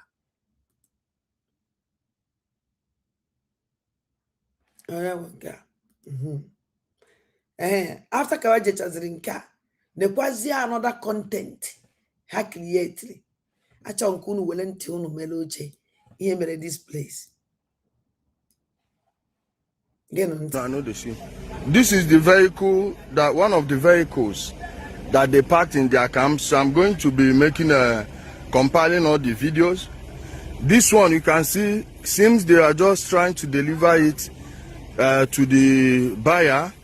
It still has the dealership number, and they took it. Let me get inside the vehicle. Let me get inside it. You see, as suspected, this is a new vehicle. The owner has not even received it. When is a new vehicle? The owner receive it. They still packaged it to go deliver it to the owner, and these criminals just stole it. Someone sweat. They most likely by the driver. See it here. They most likely by the driver. Very useless set of people. See it. Not very clean car. Not very clean car. See the mirror. See now a very clean car. Their nonsense drink they put there. Ndoshi. 3-seater. How many years? Na very clean car. Atop be akwụkwọ emetụbeghị ya aka anya be moto anya ibe ahụ new blank car emetụbeghị aka n'ezie anya 3-seater ihu ebe a vehicle. Then ka esi wele the waterproof wee machie nya siluo nya gbachakwuo ya ma ọkụ ka o welela ya ma ọfụma. Nnamdi Kanu. Ngwa n'anya nke a. And it shall never be well with you and your useless family. See, they just destroy. He says, Ihu moto nwere plate number. Azụ moto enwere plate number. And the number one. Sequoia. Toyota Sequoia. This is that army truck. Now, August Chanagia. And there's some foolish people they believe. This useless criminal called Ijele. Jeje wete moto. Asu lezu okuya. On wete na the camp. Camp wa ayafolo. Mbuhalo na the camp. Ayafolo at least. Ine ma advance. Ne wete na inwe gosiga yuno dumeje. Si ona na gosi the camp open. Owuro inaketi were skamela kwechiri ofu ebe. Inaketi gosi aya afebi onu kpokodotala onu na amu oko. Ibra na camp when we this kind of thing. Why can't you video inside that camp? Kaifu, here na that camp. Niwe ndek mekuna na that camp. No way. I have from camp anya. I have from Boeja moto anya. Omule anything I have from. You know say we down. E go say half moto. E go say the full moto. Half moto. Ikuku ask half moto. Ijele. Je go say Chukwu comfort to buru. Je go say plate number. that plate number zoom ye fuma sigi that no na moto gu na efukwa adika amụma na moto gu dị ife a with this plate number contact ya na enwetego moto gu na ehunu no okwurie that plate number wulu Lagos mmadụ amaro owula Abia State mmadụ amaro owula Enugu State mmadụ amaro nothing adọsọsọ n'ime moto ka ọ dị achọrọ nke unu na-afụ and the motor ezuru ya ezu ka ele ya ele for new motor for how many years now and all new motor ka ọ elebe ya kapak one place shows you that na ndị na-egbu ndị Igbo all these criminals achọrọ nke unu na-ege ntị unu fụrụ mgbe agbara egbe mgbe agbawuru mmadụ bodu meje because ha gburu mmadụ bodu meje mgbe ha gbawuru mmadụ bodu meje usonso mkpai ọkụja ume mwapụ ya ọkarị ya akwụkwụ karị ya wụ ihe ọdọ karị dọtị naanị achọrọ nke unu na-ege ntị ụmụ Igbo mụrụ nze m ọzọ ka unu na-agbakọ were na-ewepụ. This Umutobo took in 2023. See the army truck, we now have it. We now have the army truck now. Army truck. Umutobo. That's how it happen. No number, nothing. We now have that army truck. See it here. Chukwu Di Ya. Gentle market na how they play. Olulu na kampu Chukwu Di Ya ọ na-achọ since. We nwetacha all these things. Ogosi the camp. Ihe aka nkwala unu mgbe Jovi Capital said that na agbu onye Gentle na ọnọzi na ya gbara ya ọkụ n'ime ibe a na nke emene nka nsị gị a whole Gentle ka na-ekwu okwu like this. Egosi the camp egburu n'ime how many thousands of people egburu ebe a na-achọ this camp.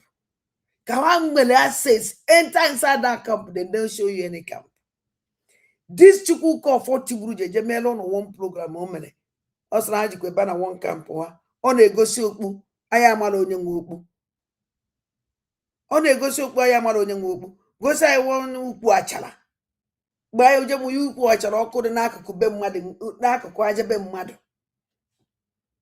Aya na-ewe ya na-akọ ya mmadụ a na-anụlụ. Achọrọ nke unu na-ege ntị ka ọ na-egosi unu achievement.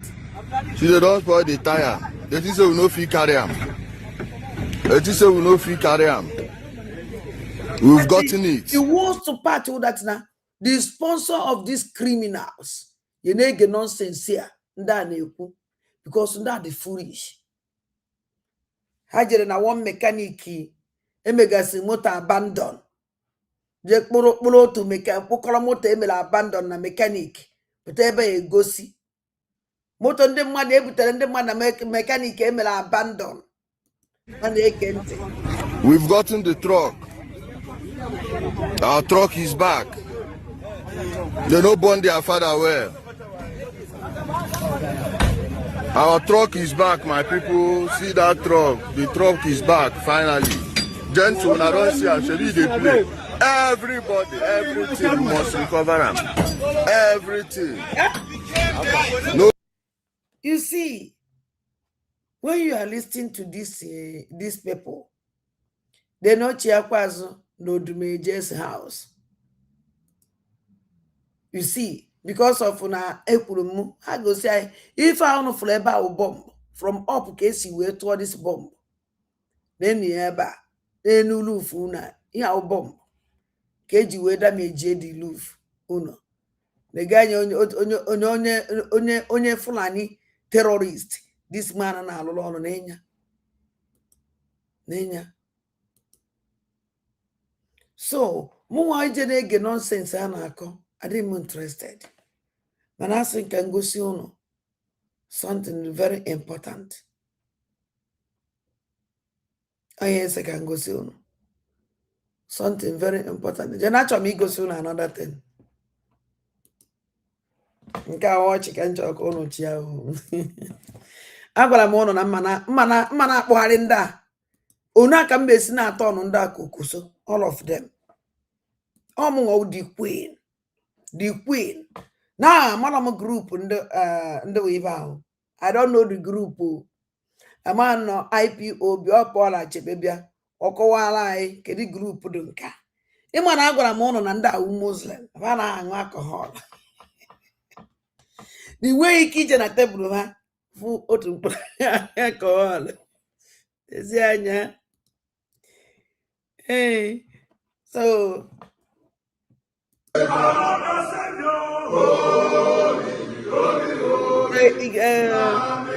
kedu afọ ya anụ ụnụ nwa ndụ na-awa ọchịnụ ụnụ nwaja ọ dị ihu na ihe na ebe ọ na-abịa gwa anyị kedu ebe ha bilọngụrụ ebilọngụ ndị bilọngụrụ nke chi na-asa nwa onye ochi ka ọ bilọngụrụ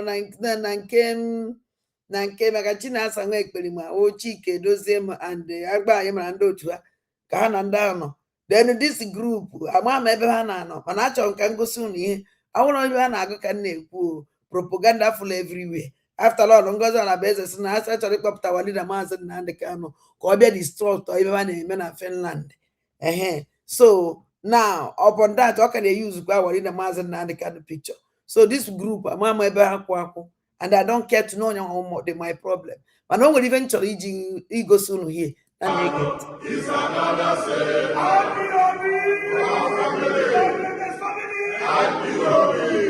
now because of na ihe gosi ibe ji ise ibe esere ebe ahụ ka egosikwa ụnụ ada ndị mbụ na ndị egede si na ba anaghị aṅụ mmanya n'ezie na ba na-aṅụkwa biya. So onye nke a were biya tinye ọnụ na-eke this man si enye chere achọrọ m igosi unu something. So ka ọ hụrụkwa because ihe niile a efuru ebe a onwekwa onye metụrụ mmanya aka sọnsọ this man onye tinyere n'ọnụ onye nke a ji nke ya eji just jidie na-ele anya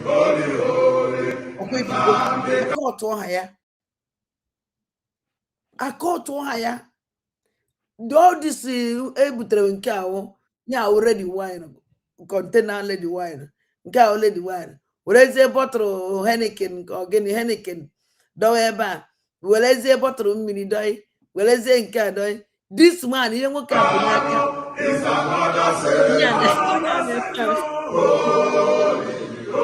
ihe o bụ n'aka ewere kwasị gị na traba na-aṅụ alcohol ihe ya bụ obu n'aka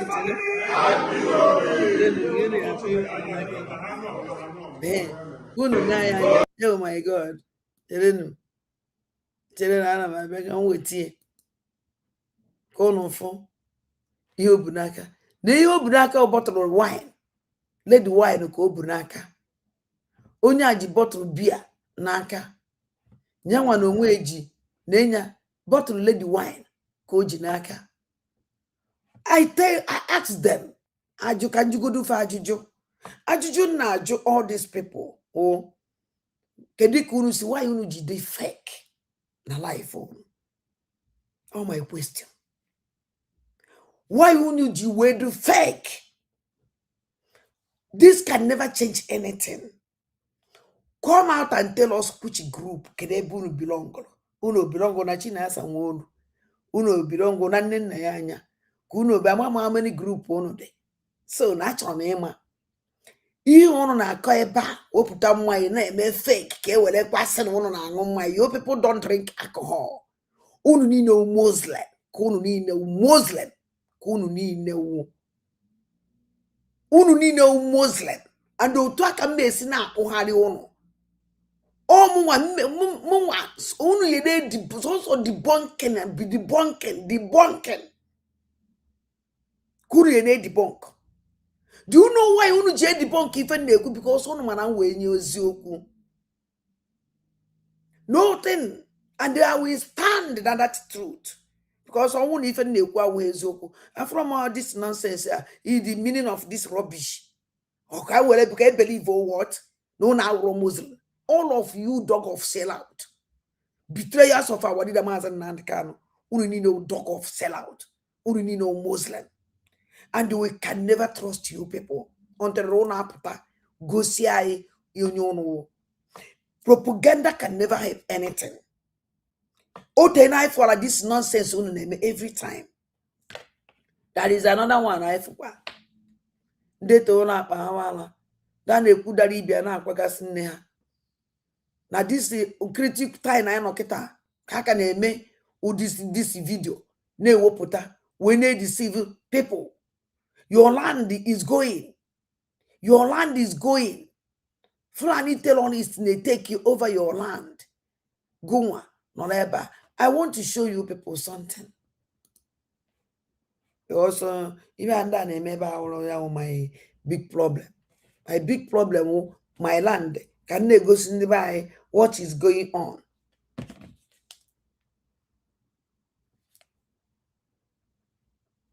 Allez, mepe.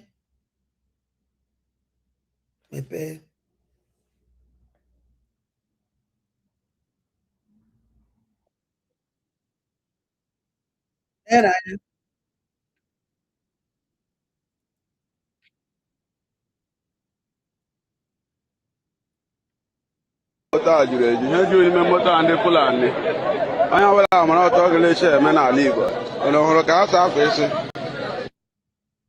ọkwụ na-afụ gị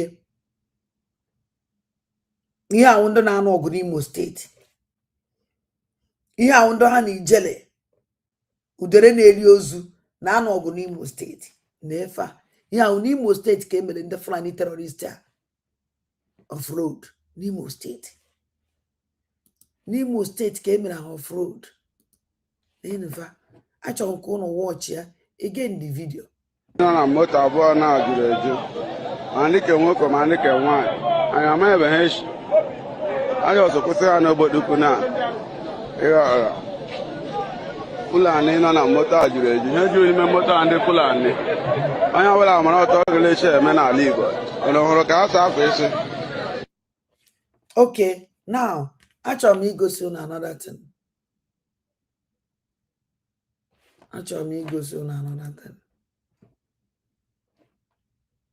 ndị egosigo anyị n'anya now achọrọ m ịma maka ndị debunking ka a bịa gwa anyị kedu grupu dị nka ọ Paul Achebe you go come o ọsọsọ nsọ nna gị na-ekwu okwu bịa ka ị gwa anyị grupu ndị a gasị ọgo nwa ma ha na-ekwe na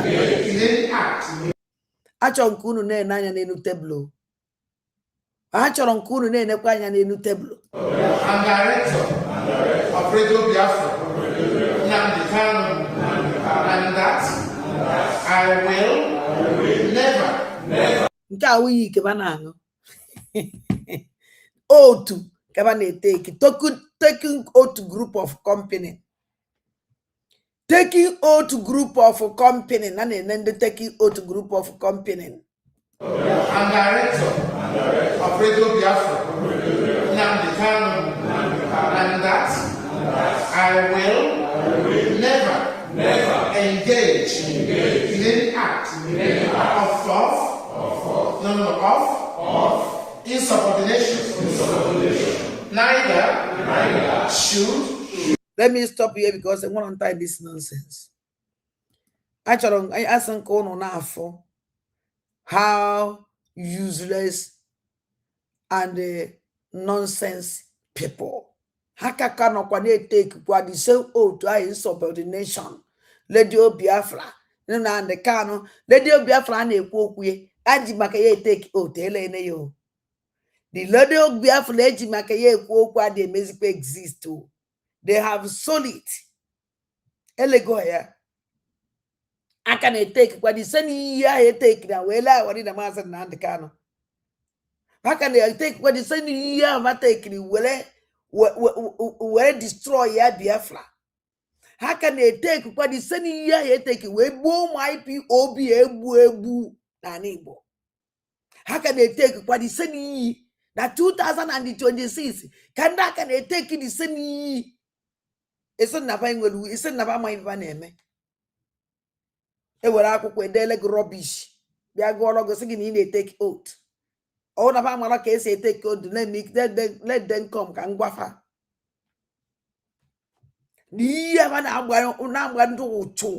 take nonsense. If your conscience, you don't need to take oath. For you to fight for your people, I don't take any oath. And I'm not sure I may take oath tomorrow. Never. For what?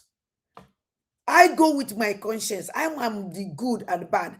Take a oath. Oath can never make me. And when he came, I have me henchon. I have them in me here question me.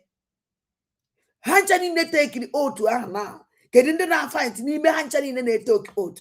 Kedin can fight for our leader Mazen and the can. Let them come and answer this question. Masa told their leader life imprisonment in Gankolo Kaya neba na wadida Mazen and the can. Ya put up from the prison word that no one way bukti and Uzuma now ni Uzu hanchani ne undo trunga one day ye bukta not our leader Mazen and the can because we have cancelled it. Our leader Mazen and the can ye too go puta. I don't know Tinubu jadi visit our leader. Amama how true to ya we do. Aka woni ba wezoku ikuku na ye lebue. Owu na ezoku. Iya for amama how true to that end. I don't know na many people ni me ha. Na Tinubu jadi for our leader Mazen and the Kano. Our leader Mazen and the Kano reject if ya. Amama no ne. Amama na asi. I can name you that so kai pono here because aya no nege nde enweghị isi. Aya no nege ihe nde enweghị isi. On card. Yes. Achọrọ nke unu yeah, because this is our brother. L'IA, faite pour tous ceux qui ont une idée et l'envie de la réaliser.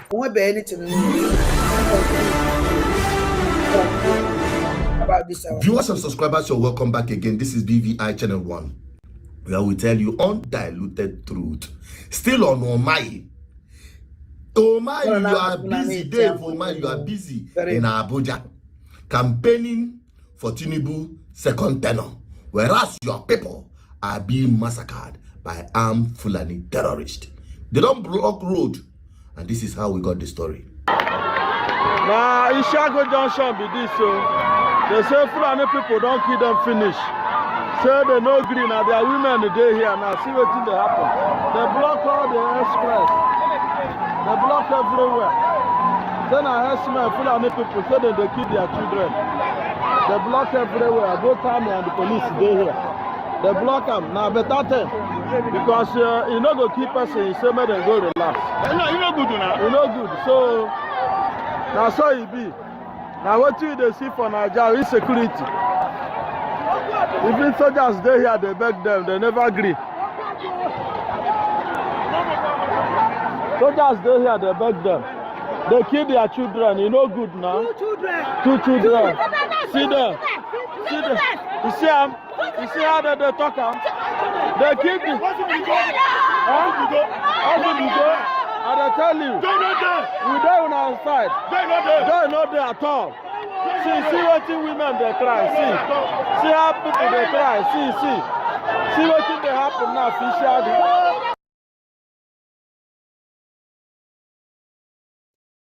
When it is criminal and nekachimezie they see this kind of thing. Ngozo la bugolo fulani they see this kind of thing. Ogengwele they see this kind of thing. All these criminals, so-called useless, hopeless criminals, don't see this kind of thing because they are not here for us. How not for their mission? Conquer. Conquer. They collect their land. But now, as in Chineke mezeni ekobio siso.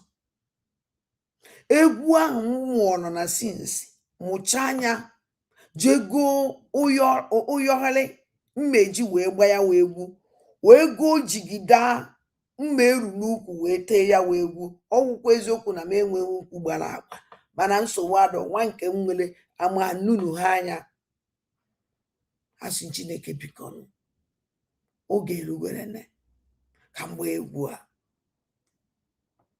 egwu ndị fere ga-eme ndị ilo egwu ifere emegbuo ndị ilo asị nka Nneka Chimezie a useless hopeless woman na-egbu ọchụ bịa fọrọ ọsụ na ya woman leader ya bịa na akwụ ụmụada ndị nne anyị na-ebe otu esi egbu ụmụfa ya bịa fọrọ. Everywhere. We are sorry. We are sorry. We are sorry. We are sorry. We are sorry. Government will intervene. Government will intervene. See what is happening. See what will happen. Sorry. See what will happen. Now there are women who men no come out. Na-agbabeghị egbe Chineke ndo na Nigerian zoo terrorist agbabeghị egbe Chineke thank you ya continue kwa ahụ. So now there are women who say child bearing no dey easy. Woman go carry belle for 9 months, they go come kill the baby, kill their children. You know good like this. They block everywhere because they are killing their people. See what is happening. Fishago Junction. Fishago Junction. Fishago Junction. Fishago Junction. See how the Governor, you must hear this, so. Governor, you must hear this, so. It's too much, it's too much. Governor must hear this. Governor must hear this, so. The blocker.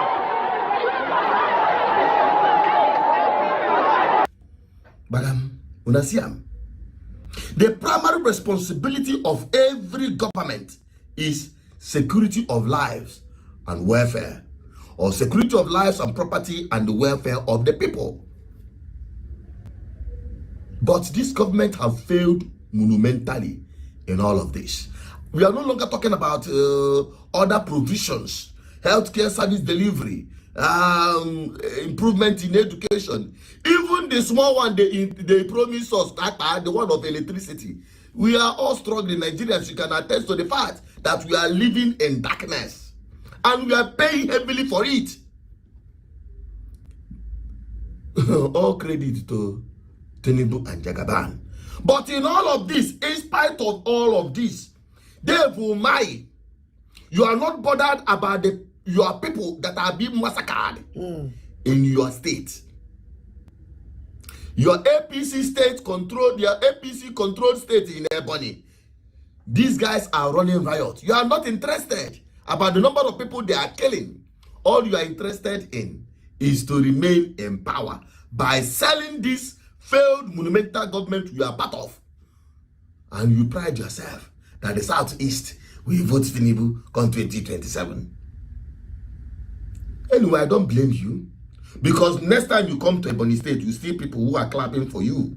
How will you know that you are a monumental failure to your people?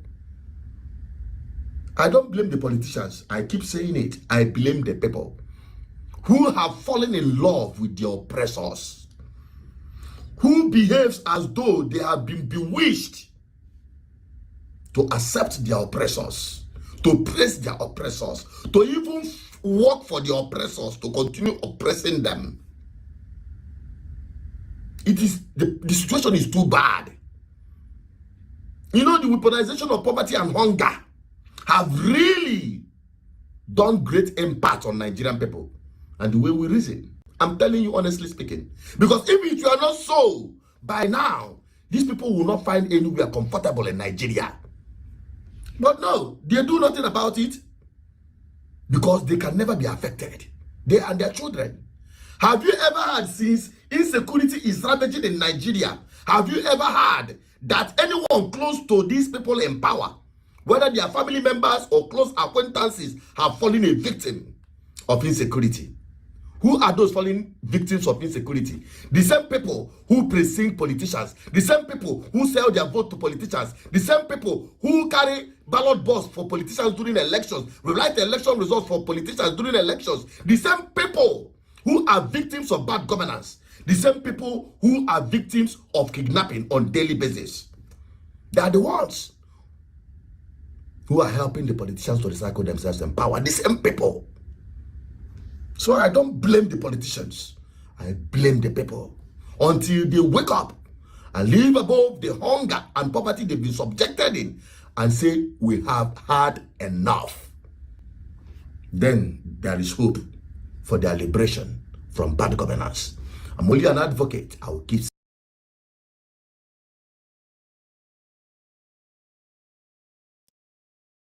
Now, let me answer you, my brother. You had a surprise. I don't know how many mouths in where.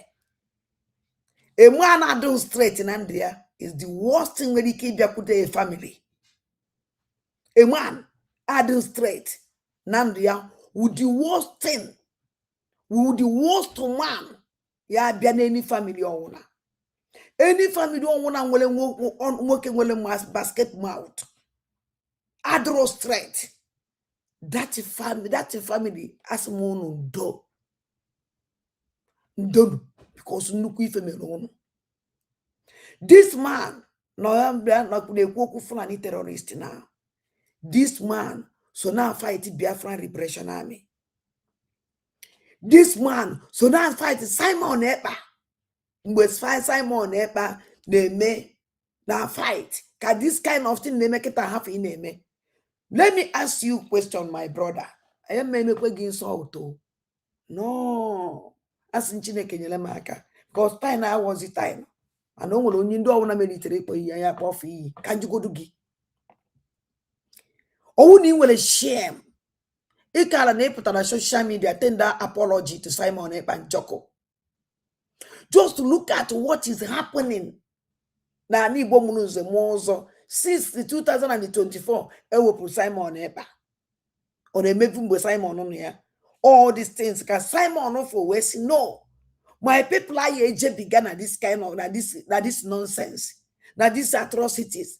Let me fight and liberate my people from these criminals. Let me fight and liberate my people, take my people out from this terroristic group of company limited, Nigeria limited. Yeah, but you take your platform and fighting Simon every time. I know my problem when I gonna happen where. Now, go on your platform where put now your excellency devil mar oku. Go on your platform when they share the atrocities of terrorists. The Enugu State. I'm very sorry for you. And the Ejimo Duhana were now one day Enugu Ezike. Ejimo Hela when they leave some stupid people Enugu Ezike message. Some criminal native doctors Enugu Ezike. Shame unto you people, all of you. Any native doctor no Enugu Ezike na put on social media. As shame ubucha unu niile ifele nyacha unu niile mbote mandi na-enyi onwe ba n'ime ana pụtakwa for many days ebe ya pụta da na-ekpochi asị ifele megbuo unu na-enye enwe native doctor dokoro n'Enugu Ezike n'ọdịsi obodo a ndị terọrị n'ebe akwa kịta na-enyi onwe ba na ba na 3 days ewere pụta ewe nwe people like you Fulani we na bata na obodo unu ebe the capable ewo ezigbo ogwu suo ezigbo atịta karịrị atịta ya hijack ndị Fulani be akwụrụ stand still a na-agwọ ya agwọ ọ mmadụ na-agwọ ọgwụ dowe na bie onye oshi bata owele azịza zaba. Why can't you do your own juju? All these criminals so snap out native fake native doctors after na social media make noise. Why can't you do your own juju?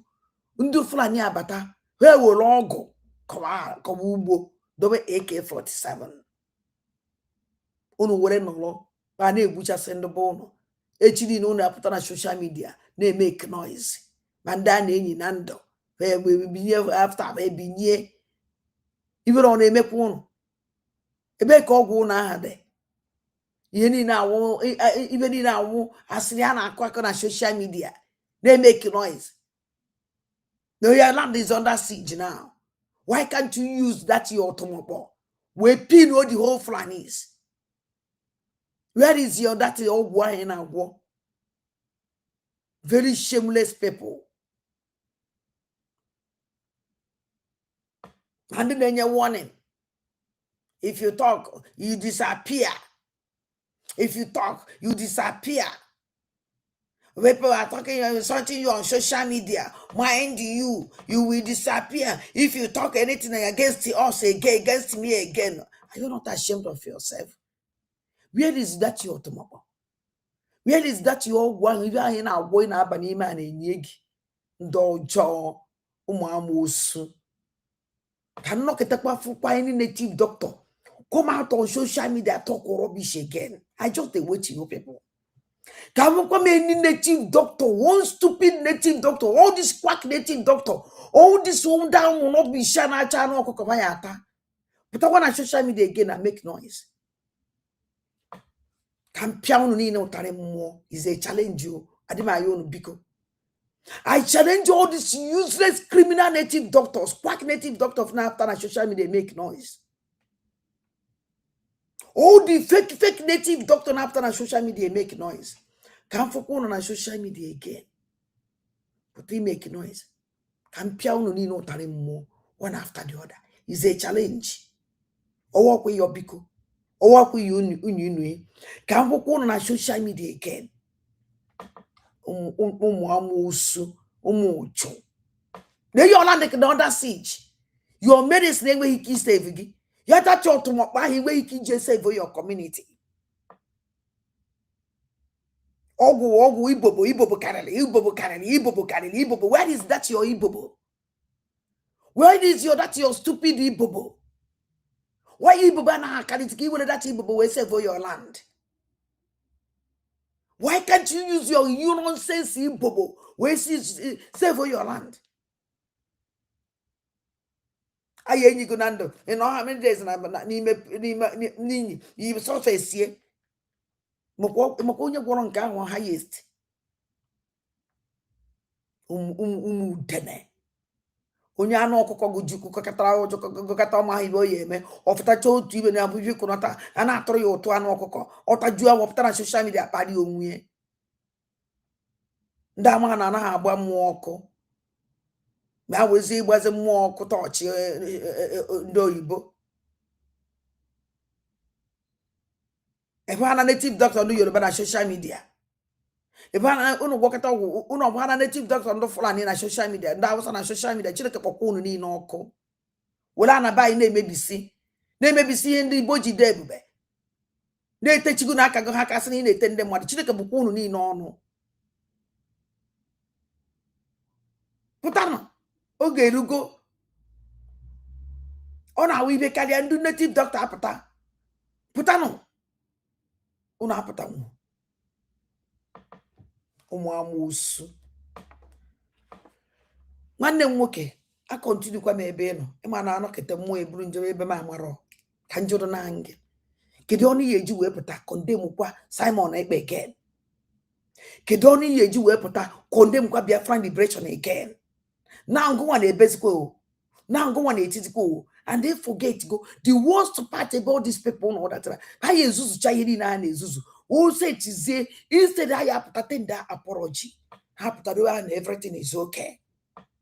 Everything is okay. If you know that na ye chezoko we mwa dande banande I don't forget. I remember everything. I know you.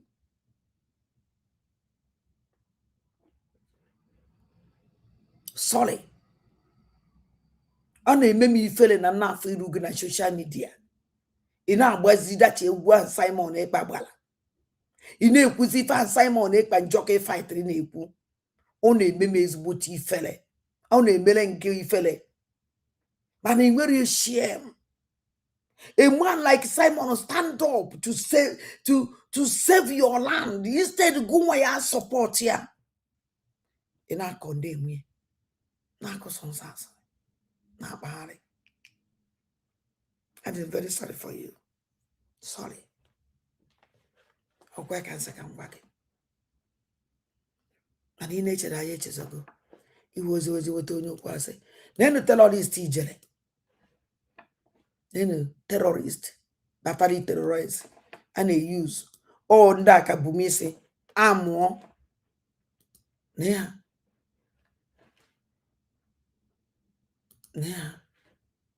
ono I know na car park.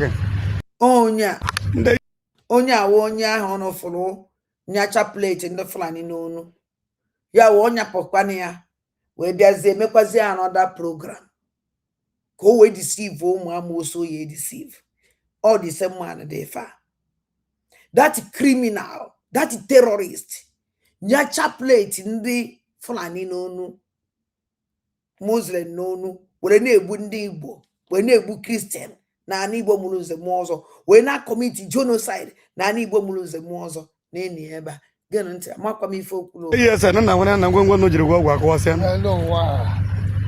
Ụlọ anụ ya hụ na mọdabele ga ya head. Na ngwongwo ha jiri gwagwa akwasịa. Anyị nọ na car park. Ga ha zo mesiri mo. Ya go see car park. Ododo na o. Ya go see car park. Ya go see car. Ah na car park. Ha gwara ngwongwo ha ji agwagwa akulisiko. Nga bụ na ejere chiji ahịa na hụ nga. Ya na car park. Na na fe. Gide car park. Ndị yes na nwere na ngwongwo no jiri propaganda everywhere. And scam kwanda na scam. The useless ones are not trophy ego. Ngwongwo wa je kwa sana na bana na car park. Kego say the other terrorists but I go say have the car park. gwagwa akwasịa. Ụlọ anụ ya hụ na mọdabele ga ya head. Na ngwongwo ha jiri gwagwa akwasịa. Anyị nọ na car park. Ga ha zo mesiri mo. Ya go see car park. Ododo na o. Nekwe na onye na-asị bịa gosi another Fulani terrorist. Another Fulani terrorist. Nekwe na ya. Na endiru this man. Mmadụ na-aba. Awụrụ ndị Igbo. Mmadụ na-aba pure terrorist. Fulani na-asụ Igbo. Na achọrọ m inweta ihu this man ọfụma. N'enu this man. Ndị na-egbu ndị Igbo. Ndị jere kpọratara iji wee na-egbu ndị Igbo na-enufa pure Fulani terrorist, pure Fulani terrorist, pure Fulani terrorist na na-ege ntị because ama that na onwere onye Igbo ya ekwe 100% nwa aja ya ekwe ijoin ijele na ihe ọ na-eme awụ ndị Fulani terrorist na anyị irufa complete Fulanis. Ododo na o. Ya go see car park. Ya go see car. Ah na car park. Ha gwara ngwongwo ha ji agwagwa akulisiko. Nga bụ na ejere chiji ahịa na hụ nga. Ya na car park. Na na fe. Ndị yes na nwere na ngwongwo no jiri gwagwa akwasịa. Achọrọ m ka ngosi unu. Ụlọ anụ ya hụ na mọdabele ga ya head. Na ngwongwo ha jiri gwagwa akwasịa. Anyị nọ na car park. Ga ha zo mesiri mo. Ya go see car park. Ododo na o. Ya go see car park. Ya go see car. Ah na car park. Ha gwara ngwongwo ha ji agwagwa akulisiko. Head. Na ngwongwo ha jiri gwagwa akwasịa. Anyị nọ na car park. Ga ha zo mesiri mo. Ya go see car park. So, na o. Ọhụrụ Ya go see car park. Ya go see car. Mmadụ na-aba unu ya afọ no pure Fulani. Ụlọ anụ ya hụ na mọdabele ga ya head. Na ngwongwo ha jiri gwagwa akwasịa. Anyị nọ na car park. Fulani ga ha zo mesiri mo. Ya go see anyị na ana Igbo. Na enufa. Nke ahụ nke ahụ yi akwa iyi chaplet ndị Fulani. Ịma na o jego viral. O wekpuo n'ihe ime. Ebe ọ dị proud. Mara na ibu emebi na-asị ka anyị na-ehe. Ọkara ha izo ya ọkara ịkọntinu na-eyiye. Maka ọ mara na ọ pụta ka unu wefu ka Chukwu abịa masị arụ ọrụ. Ana m agwa unu aka Chukwu dị ya. Chineke na-egosi anyị nwe unu Igbo na-asị anyị na-ekwenu ha. Na-ekwenu ha. Na-ekwenu ha. Now, ebe ọ dị proud. Ọkara ha iwekpuye. Ọ ka na ịkọ continue na-eyi ya. I don't care because emego ga-expose. Ewepụtakwara ya another terrorist again. Achọrọ nke ụnụ fụ iru ndị na-egbu anyị. Ụmụnne m anyị akwụsị n'ebe a because a lot emego. Doritin na ya unu share on this program. unu anọ na-akwa our angel bepụtara ọzọ. Our angel bepụtara akwa again. Ọnwụ na obere akwa ahụ onwekwa akwa obere na o nyere anyị information. O gosiri anyị na life dị. O gosiri a gwara ya ya atụ n'egwu na fa dị in charge. So ọ gwụkwana na udene si that na bịa ka ịdịbọ nkọ na apịarikwara ama ọdụ tank unu today. And otu a ka ha esi na-apịarisi unu. Unu ya abata, unu ya eji iru wee bịa mana azụ ka unu niile ya eji were na. Unu ya eji ilu wee bịa azụ ka unu ya eji na because unu ya ejirili azụ were na.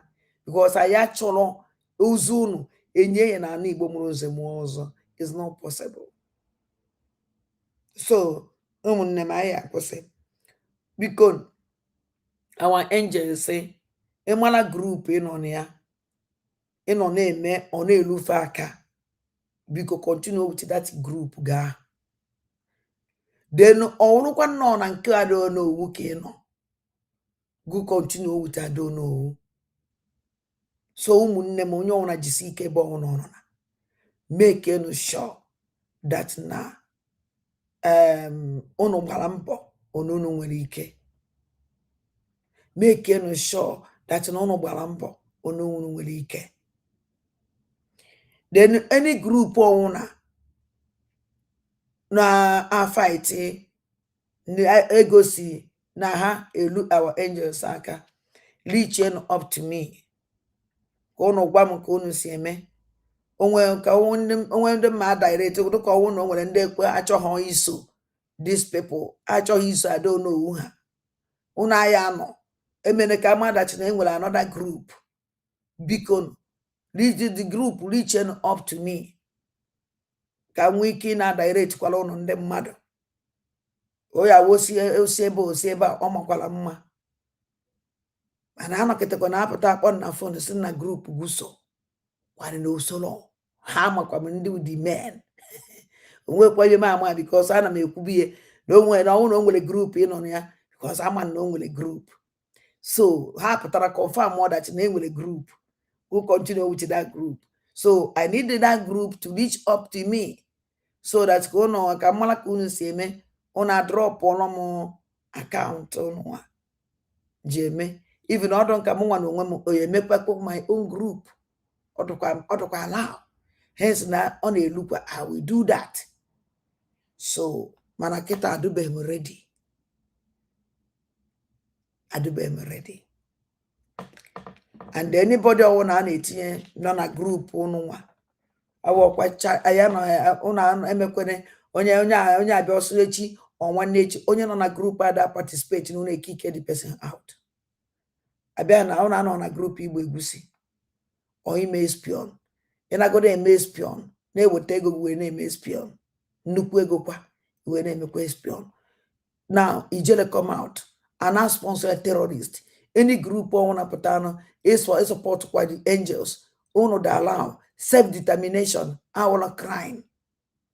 It's not crime. Ijele is not a military man. Ijele is a civilian. Manandami yidi yakwa ami buye egbe. Bunye egbe. With the terrorist group and ebucha sende by everybody needs to stand up. Save for our land. Because time I man and the man was a town in the America and there's some umwajane. Some umwajane. Ana umwana la hola. Abana ntibaya na phone. Ano alati anandibu na obia go live. Pam. Ola apụ ha n'anya ozigbo ebe a na-achọ ige ife ada ndị gboo ya ekwu. Ụmụnne m ana m ekele unu enwere m idea. Ndị be anyị si na-ekele ọrụ eke. Anyị niile ya anọgidekwere ya nwa ọgụ ma anọsi anya. Anyị niile o nwere ife m chọrọ igosi unu very important. Cherenụ.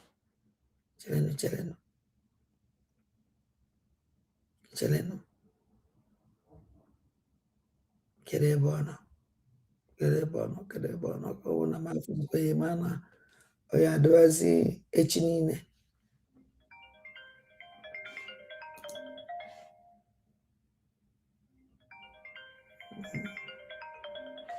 Okay.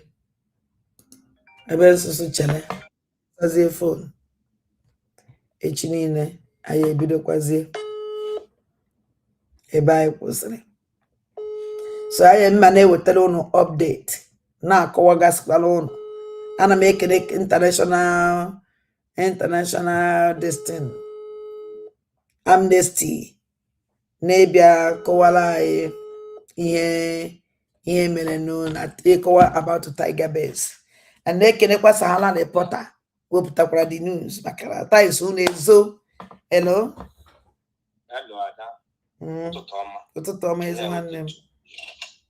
Biko ụmụaja na-ekele gị na mbụ ị na-akpọ. Adị m shọs enweghị onye ọbụla kpọrọ onwe ya ezigbote onye Igbo a na-akụdo mmiri. Enweghị onye ọbụla si ya wụ onye Igbo na-alaika ihe ị na-eme. Information ị na-eme a na-eri iche ha. So ya were ya. Anyị were na-ekele gị ọfụma na-akwụkwara ndị be anyị akara aka anaghị eri ngwụrọ onweghị ọga nwedịkwa onye ga-alụrụ anyị ya onweghị onye ga-alụrụ anyị ọwa anyị nwa ọwọtụ Nnamdị Kanụ ọ sị gị na mmadụ abụọ na-alụ ọgụ onye pụta every morning ya pụta gị hụ ya ezuru n'ụzọ ya ma ṅụọra gị mechara gara aka ị na-aga ọ pụtakwa ọmaghị echi na o nwere ka asọ na amagbu nwa n'ụwa a na-agbazi ya amaghị na ntị abụọ ị gara ị ga-emegharị ahụ mere ga-ama ihe na-arịa pụta ọrụ na ọma agaghị magburu ya ọma ha ma ọzọ gị magburu ka ọzụzụ ka o welite aka ọ na-azụzi ya ịghọtago mgbe ya eme onye na-agafe na-achọ ọgịrị na-esiri ụlọ ọgịrị ajụwo ụlọ ọgụ enwedị ibe ọbụla ị ga-aga gasị na this modern time even n'Europe inweta freedom dị free iji ọsọ enye freedom mọfọkwa ka Afrịka mọfọkwa ọrụ na ndị Igbo na-amadụ nọ ndị important oligarchs nọ n'ala Igbo America eleda anya na Britain enwere ike hapụ ụnụ ma afọ nkara ha na Russia na-enwe problem na bikonu hapụ na ihe udene nọ n'ụfọdụ the only thing ha chọrọ na-awụ everywhere da ha na ụmụ Fulani batazie ndị Igwe obodo ndị Igwe nọ n'obodo kwọrọ nwere kichi egburu na-edo today or yesterday ọkwụ ụmụaka mere ihe njibara na-abịa egbuo na mpụta na-asọ mpụta na-asabọtachi ha enide chọrọ ụmụaka ga-afọ ọta ka a ga na-eche egbuo n one by one ọbọsọkwa mgbara jeba m nwere na-ayọ ụmụ anyị na ụmụnne anyị biko tụkọlata n'aka gbakọtanụ biko gbakọtanụ onye mụ ihe ọ ga-eme ya emenwe ọ na-elezi ọ na-achọzi ndị mmegharị anya ịghọtago ọ na-achọrọ ka mmadụ megharị ụlọ anya ọ nụfụrụ udene ọrụ m ihe udene na-eme anaghị ewute ọ na-ewute m ọkwọta ka esi tige tiger base even ọ gwụchabeghị tebe na onye ọbụla si this Amnesty report pụtara na unu were ya ụnụ onye nwere onye ọbụla nwere ndị mmadụ especially ndị nọ n'Amerika were na-ebọmba ndị ihe na ndị congressmen nọ n'Amerika salekwa from Amnesty International emewe ya erute ha ntị is a very good advantage for us. Yes, ịghọtago ọwa advantage to us na ụdị ihe a mere na ọwụzi Amnesty International report ya then ị mara na o butere ha opu ụzọ dị mma onwekwu ihe ga-eji aka eme onwe ya oke ọ nọ na-echekwa na ihe emege na American military nọ ndị a nwekwe dị obi bịakwa na-akarịkwa out their terrorists against anyị nwa so ha enweta mmụọ nchegharị so biko ka anyị gbakọ na onye ọbụla na-enwere maka hope nọ mgbe hope na-anọrọ anyị ga-ahụ ndị anyị na-enye ego were ha ji eme kama na anọkwa m asụ believe me ị hụrụ Ngozi Ọrabaeze na oge nkọrọ gara adịrị ha na mma believe me you will never be well with them ọ mmadụ abụọ mere dashịrị anyị aka klọk azụ these two individual na ndị soro ha data Because all na mgbe here's your time or Simon should do here na-esonya ihe na-eme na agara na-eme pụta bịara ka ewu onwe ha tụchacha ihe emege sizie the as Musa na-ekwu always ihe a ga-eme sizie the finance nweta finance enwetara ihe niile onye nke oge nkere na Mozora bụ eze use mebiere anyị finance jide a na-enweta ha na-eri a na-atụta ha na-agbaji n'ime akpa ịchọ mmadụ na ego a na-atụtali ihe efi ya genuine ọ maka ndị na-eso nwa onye ha na onye ọbụla soro gị soro that's your own problem mana ihe m chọrọ ịgwa n'ụwa when the problem comes ọ wụ n'isi anyị niile ọ wụdo ofu onye ọdụ na-anụ m ọkwa na-aka dị ọra mma ịghọtago somebody ka a na-achị na ego a na-atụta ka ihe iji this money eme. Come on, it's a very simple question. Okay, let me I use it for this, I use it for that, I use it for that. Finish. Because of you are not genuine. You see, we use it to bury your own family in Kengozo or a best. Okay, that's the answer. I don't call a mena. Yanni jelly. I can a mena. If that an essence, then Emma no one yesterday, I want to put today in a program. Westerhane Nane Chetai. I do this terrorist man now. Fulania. Oh, yes, Nane Chetai. On a watch and today, Cadompulo, Mamma Bossadom Plundo Fulani. Na this video the code old video call I don't upload this tell on the Fulani tell on is Imo State. So huh? Not the kind of new video. It because someone will go video for like this before. Someone will go for this kind of moto. And we'll go for this video before. A malamon no this one or another one. Okay, I will go for this video. I don't call last year. Yes, last year. I forgot go video the like this video.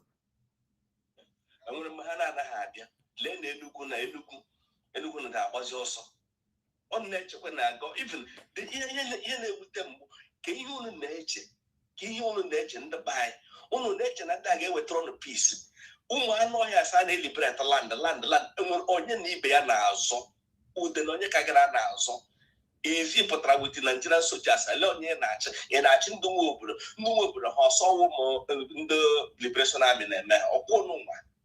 Makema no neka chimeze e wo beto konye potara so no wo nye Liberation Army buru ya no buru nwanne mo bu nwanne ya mba ihe niile buru na ali Igbo kile Nigerian military terrorist military ebag akodo utogachi APG all ha ncha wo ye the only killings e nwere owa anwa then if you mbuzie gi you call me terrorist well you want very Igbo me ba the terrorist kwaya. When I kill a soldier who want to kill me, when I shoot a soldier who want to come to kill me, who is a terrorist. But when a soldier kill me, that is the soldier is not a terrorist. Believe me, believe me. Onya bole anya zananya. Onya bole anya zananya. Igbo niile all the source on no, all that place on. Because only all apparent nam the kind of siage pushed from nam the kind of family name. Obugulo Ibonile, Obuguin na support you na support nam the kind of Gobulu. That is nam the kind of one in you go queer. One in you go nam the crown of Fekene would do rubber. Siage Buya go family, Yagi Bill from nam the kind of family. Ibonile one get now work. Eh? Woman them because I want on a cracker. I want on a cracker. Only listen the marina and the big one them wine. You are not ready, you are not ready. Delay is dangerous. Delay is dangerous. Delay is dangerous. You are not ready. My sister, many believe in you. Many want to hear from you. You and the Biafra unite. And any day you mention out something, you will see it with your two naked eyes. That people love you, people believe in you. Okay? That people believe you. All the other day, even in my life, Biafra United nyere people that day ọpụtara mee program. My God. And the people na-eche no na cheke koso because election ga-ebido. All of a sudden, these people, this bunch of betrayers, ha nọkwa n'ime ụlọ for long time, ha pụtara, boom, ha ọpụta our men.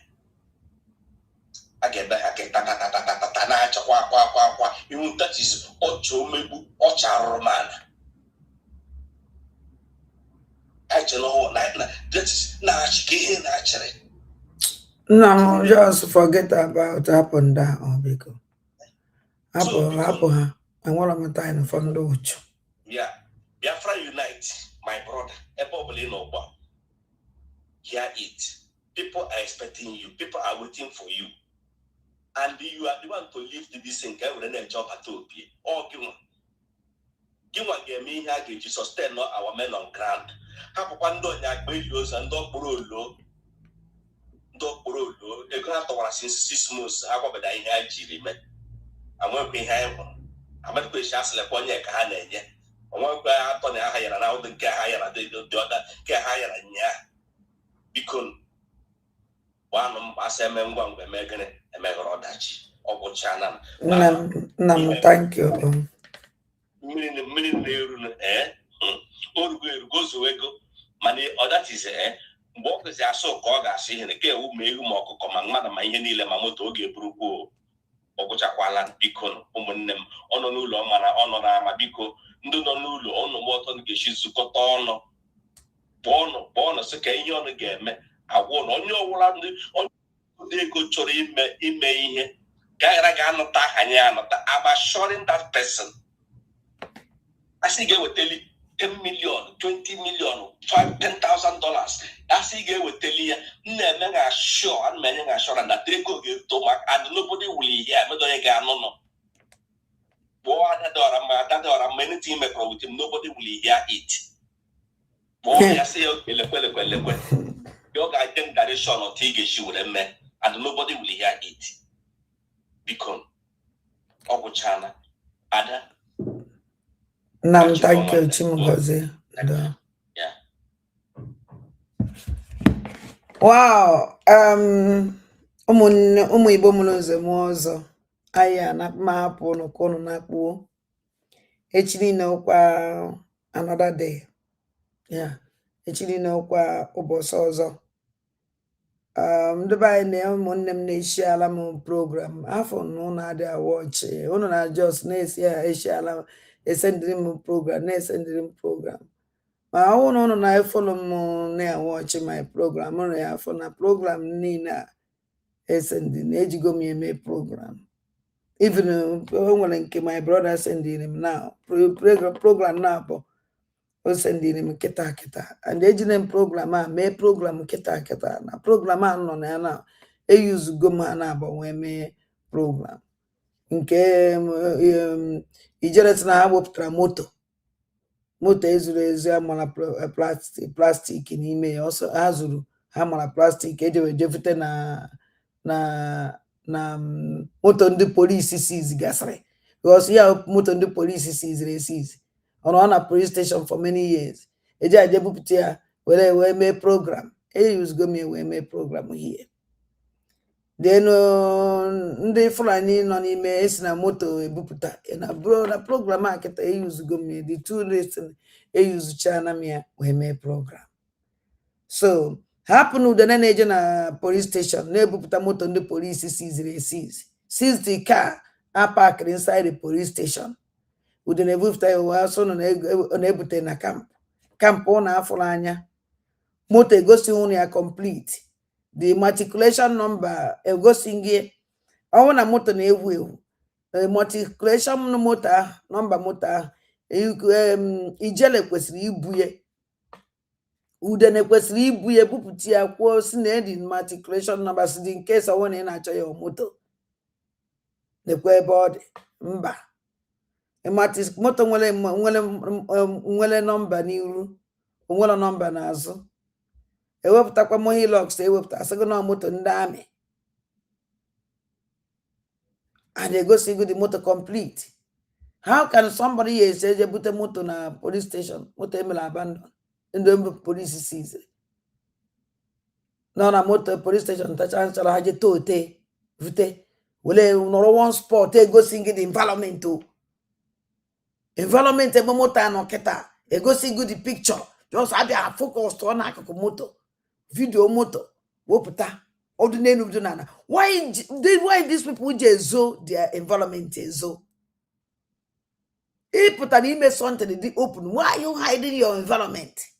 And in a win, you can say the plow. When you win or something, you go see I. Only key de chesi. You know with the Nigerian terrorist military. You know with all the terrorists in Sogi. You can say that Fred, and you're winning. In a zozino do your location. Like this home terrorist flying in a ban back. So now you have the go see the bank with the go park car park. Now I may advance now again the man abas mother valley. Now you go see park go see car park. You go see park car park. When anything I for a car park. Do not name a content creator. Our angels are one of an ambulance reliever. And the about 3 days ago, or 4 days ago, to Eke. Go now, watch our ambulance. But an age, Kale school life. Ebu. Eba kaba ye change of phone. Okwaranka. Eba kaya funke trobiati. That I can assure them.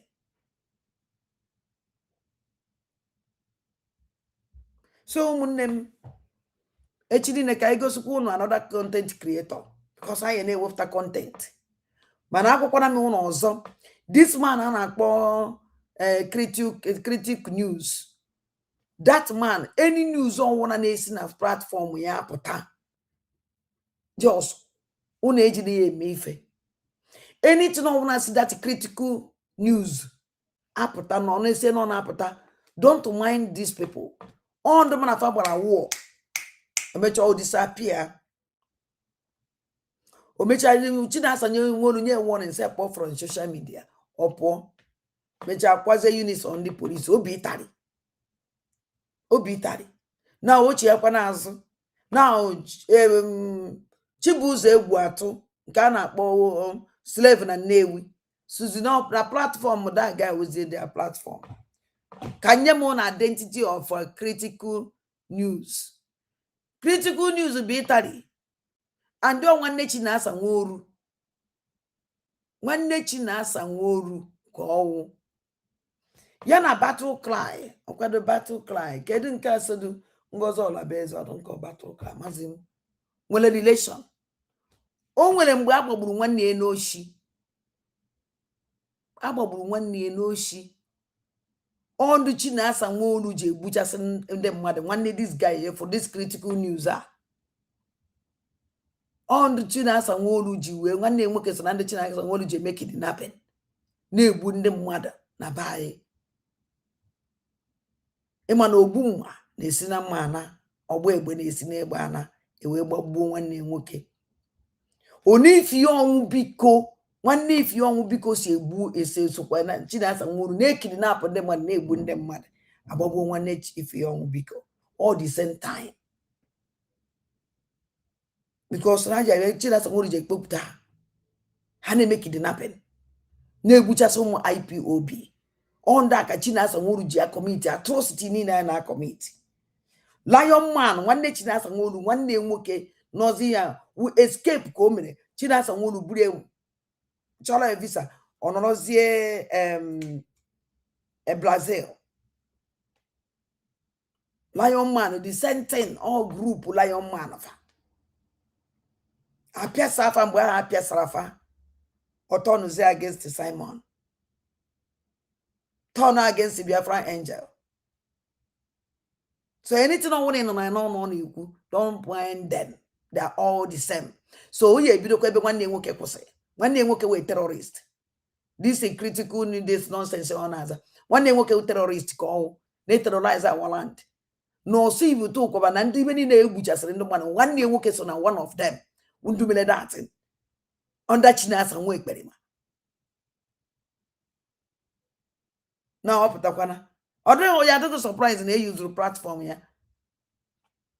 onye o si n'ọbara eje so anything no one enough for that place apụta don't mind them, don't mind him. How worry na and him and onye agụ ọ nụrụ nwaanyị nwe ya na nwunye ebi ịtarị Chinasa nwere kpọgotere nwunye ya so ọ pụtakwa n'ọzọ enwere m time ya na no because a distraction call and action can you na identity ye ka unu gwa onye ogwo na onye ọhụ because I know him very well I kwatara ya kwata before so unu ebuchi ya za anything onwe na anụ na-esi ebe ahụ apụta just wave it so ụmụaja kachifono la no ọfụma make any show biko na ana m ayọ unu share this any program on na-eme now share na very important over a lot of information a lot always okwu na ọ na-ete ogologo because ọ na nsị ka m bịa na-eme 1 minute or 10 minutes ịma datara m ya egosichi ihe niile na-eme na be anyị ọ ya ka my program ji ete aka and the man that na me because I am na apụta na-eme 10 minutes ọkwa time na anyị ji watch nke 10 minutes I make it 20 times the same time na the same data nke ihe ji watch kwa nka so it's better na unu maka esi akọt unu nwere ike kọt or share because everything information ekene m unu ụmụaja so ka unu hapụ iwe na my program na-ete aka the information na-adị na ya dị too much because unu watch ya mgbe ọbata obi ya na-abịa live ọbata obi ya dị eme 1 minute program ọbata obi ya dị eme 10 minutes program ọbata obi ya dị eme 20 minutes program ọbata obi ya na-eme 5 hours 2 hours the same thing our leader Maazị Nnamdi Kanu because the information I pass is too much. All information in your pass with just a small time.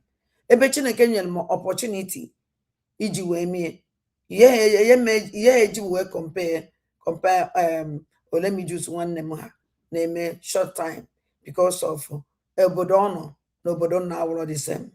Enwere m full network ekwu na ndị ọzọ network ha adịghị sure so anytime no one ha enwetara network use onya wee mee function n'ime so biko onya ka o ji mpụta otu onye Chineke si wee gozi m wee nye m stable network and nwee wifi nji eme maka ọnwụ na data ka m na-ego like onye bichigwaghachi gburu biha ikuku na ahụ data ka fa na-ego were na-eme ha na-spend a lot of money na data ha na-spend a lot of money mụnwa wifi ka mụnwa ji eme ọnwụ na data ka m na-ego adịghị m sure m eme so ụmụnne nọ ya ka nsị ka nkọwara ụnụ ekene m ụnụ ụmụaja na Chukwu m goziele m ụnụ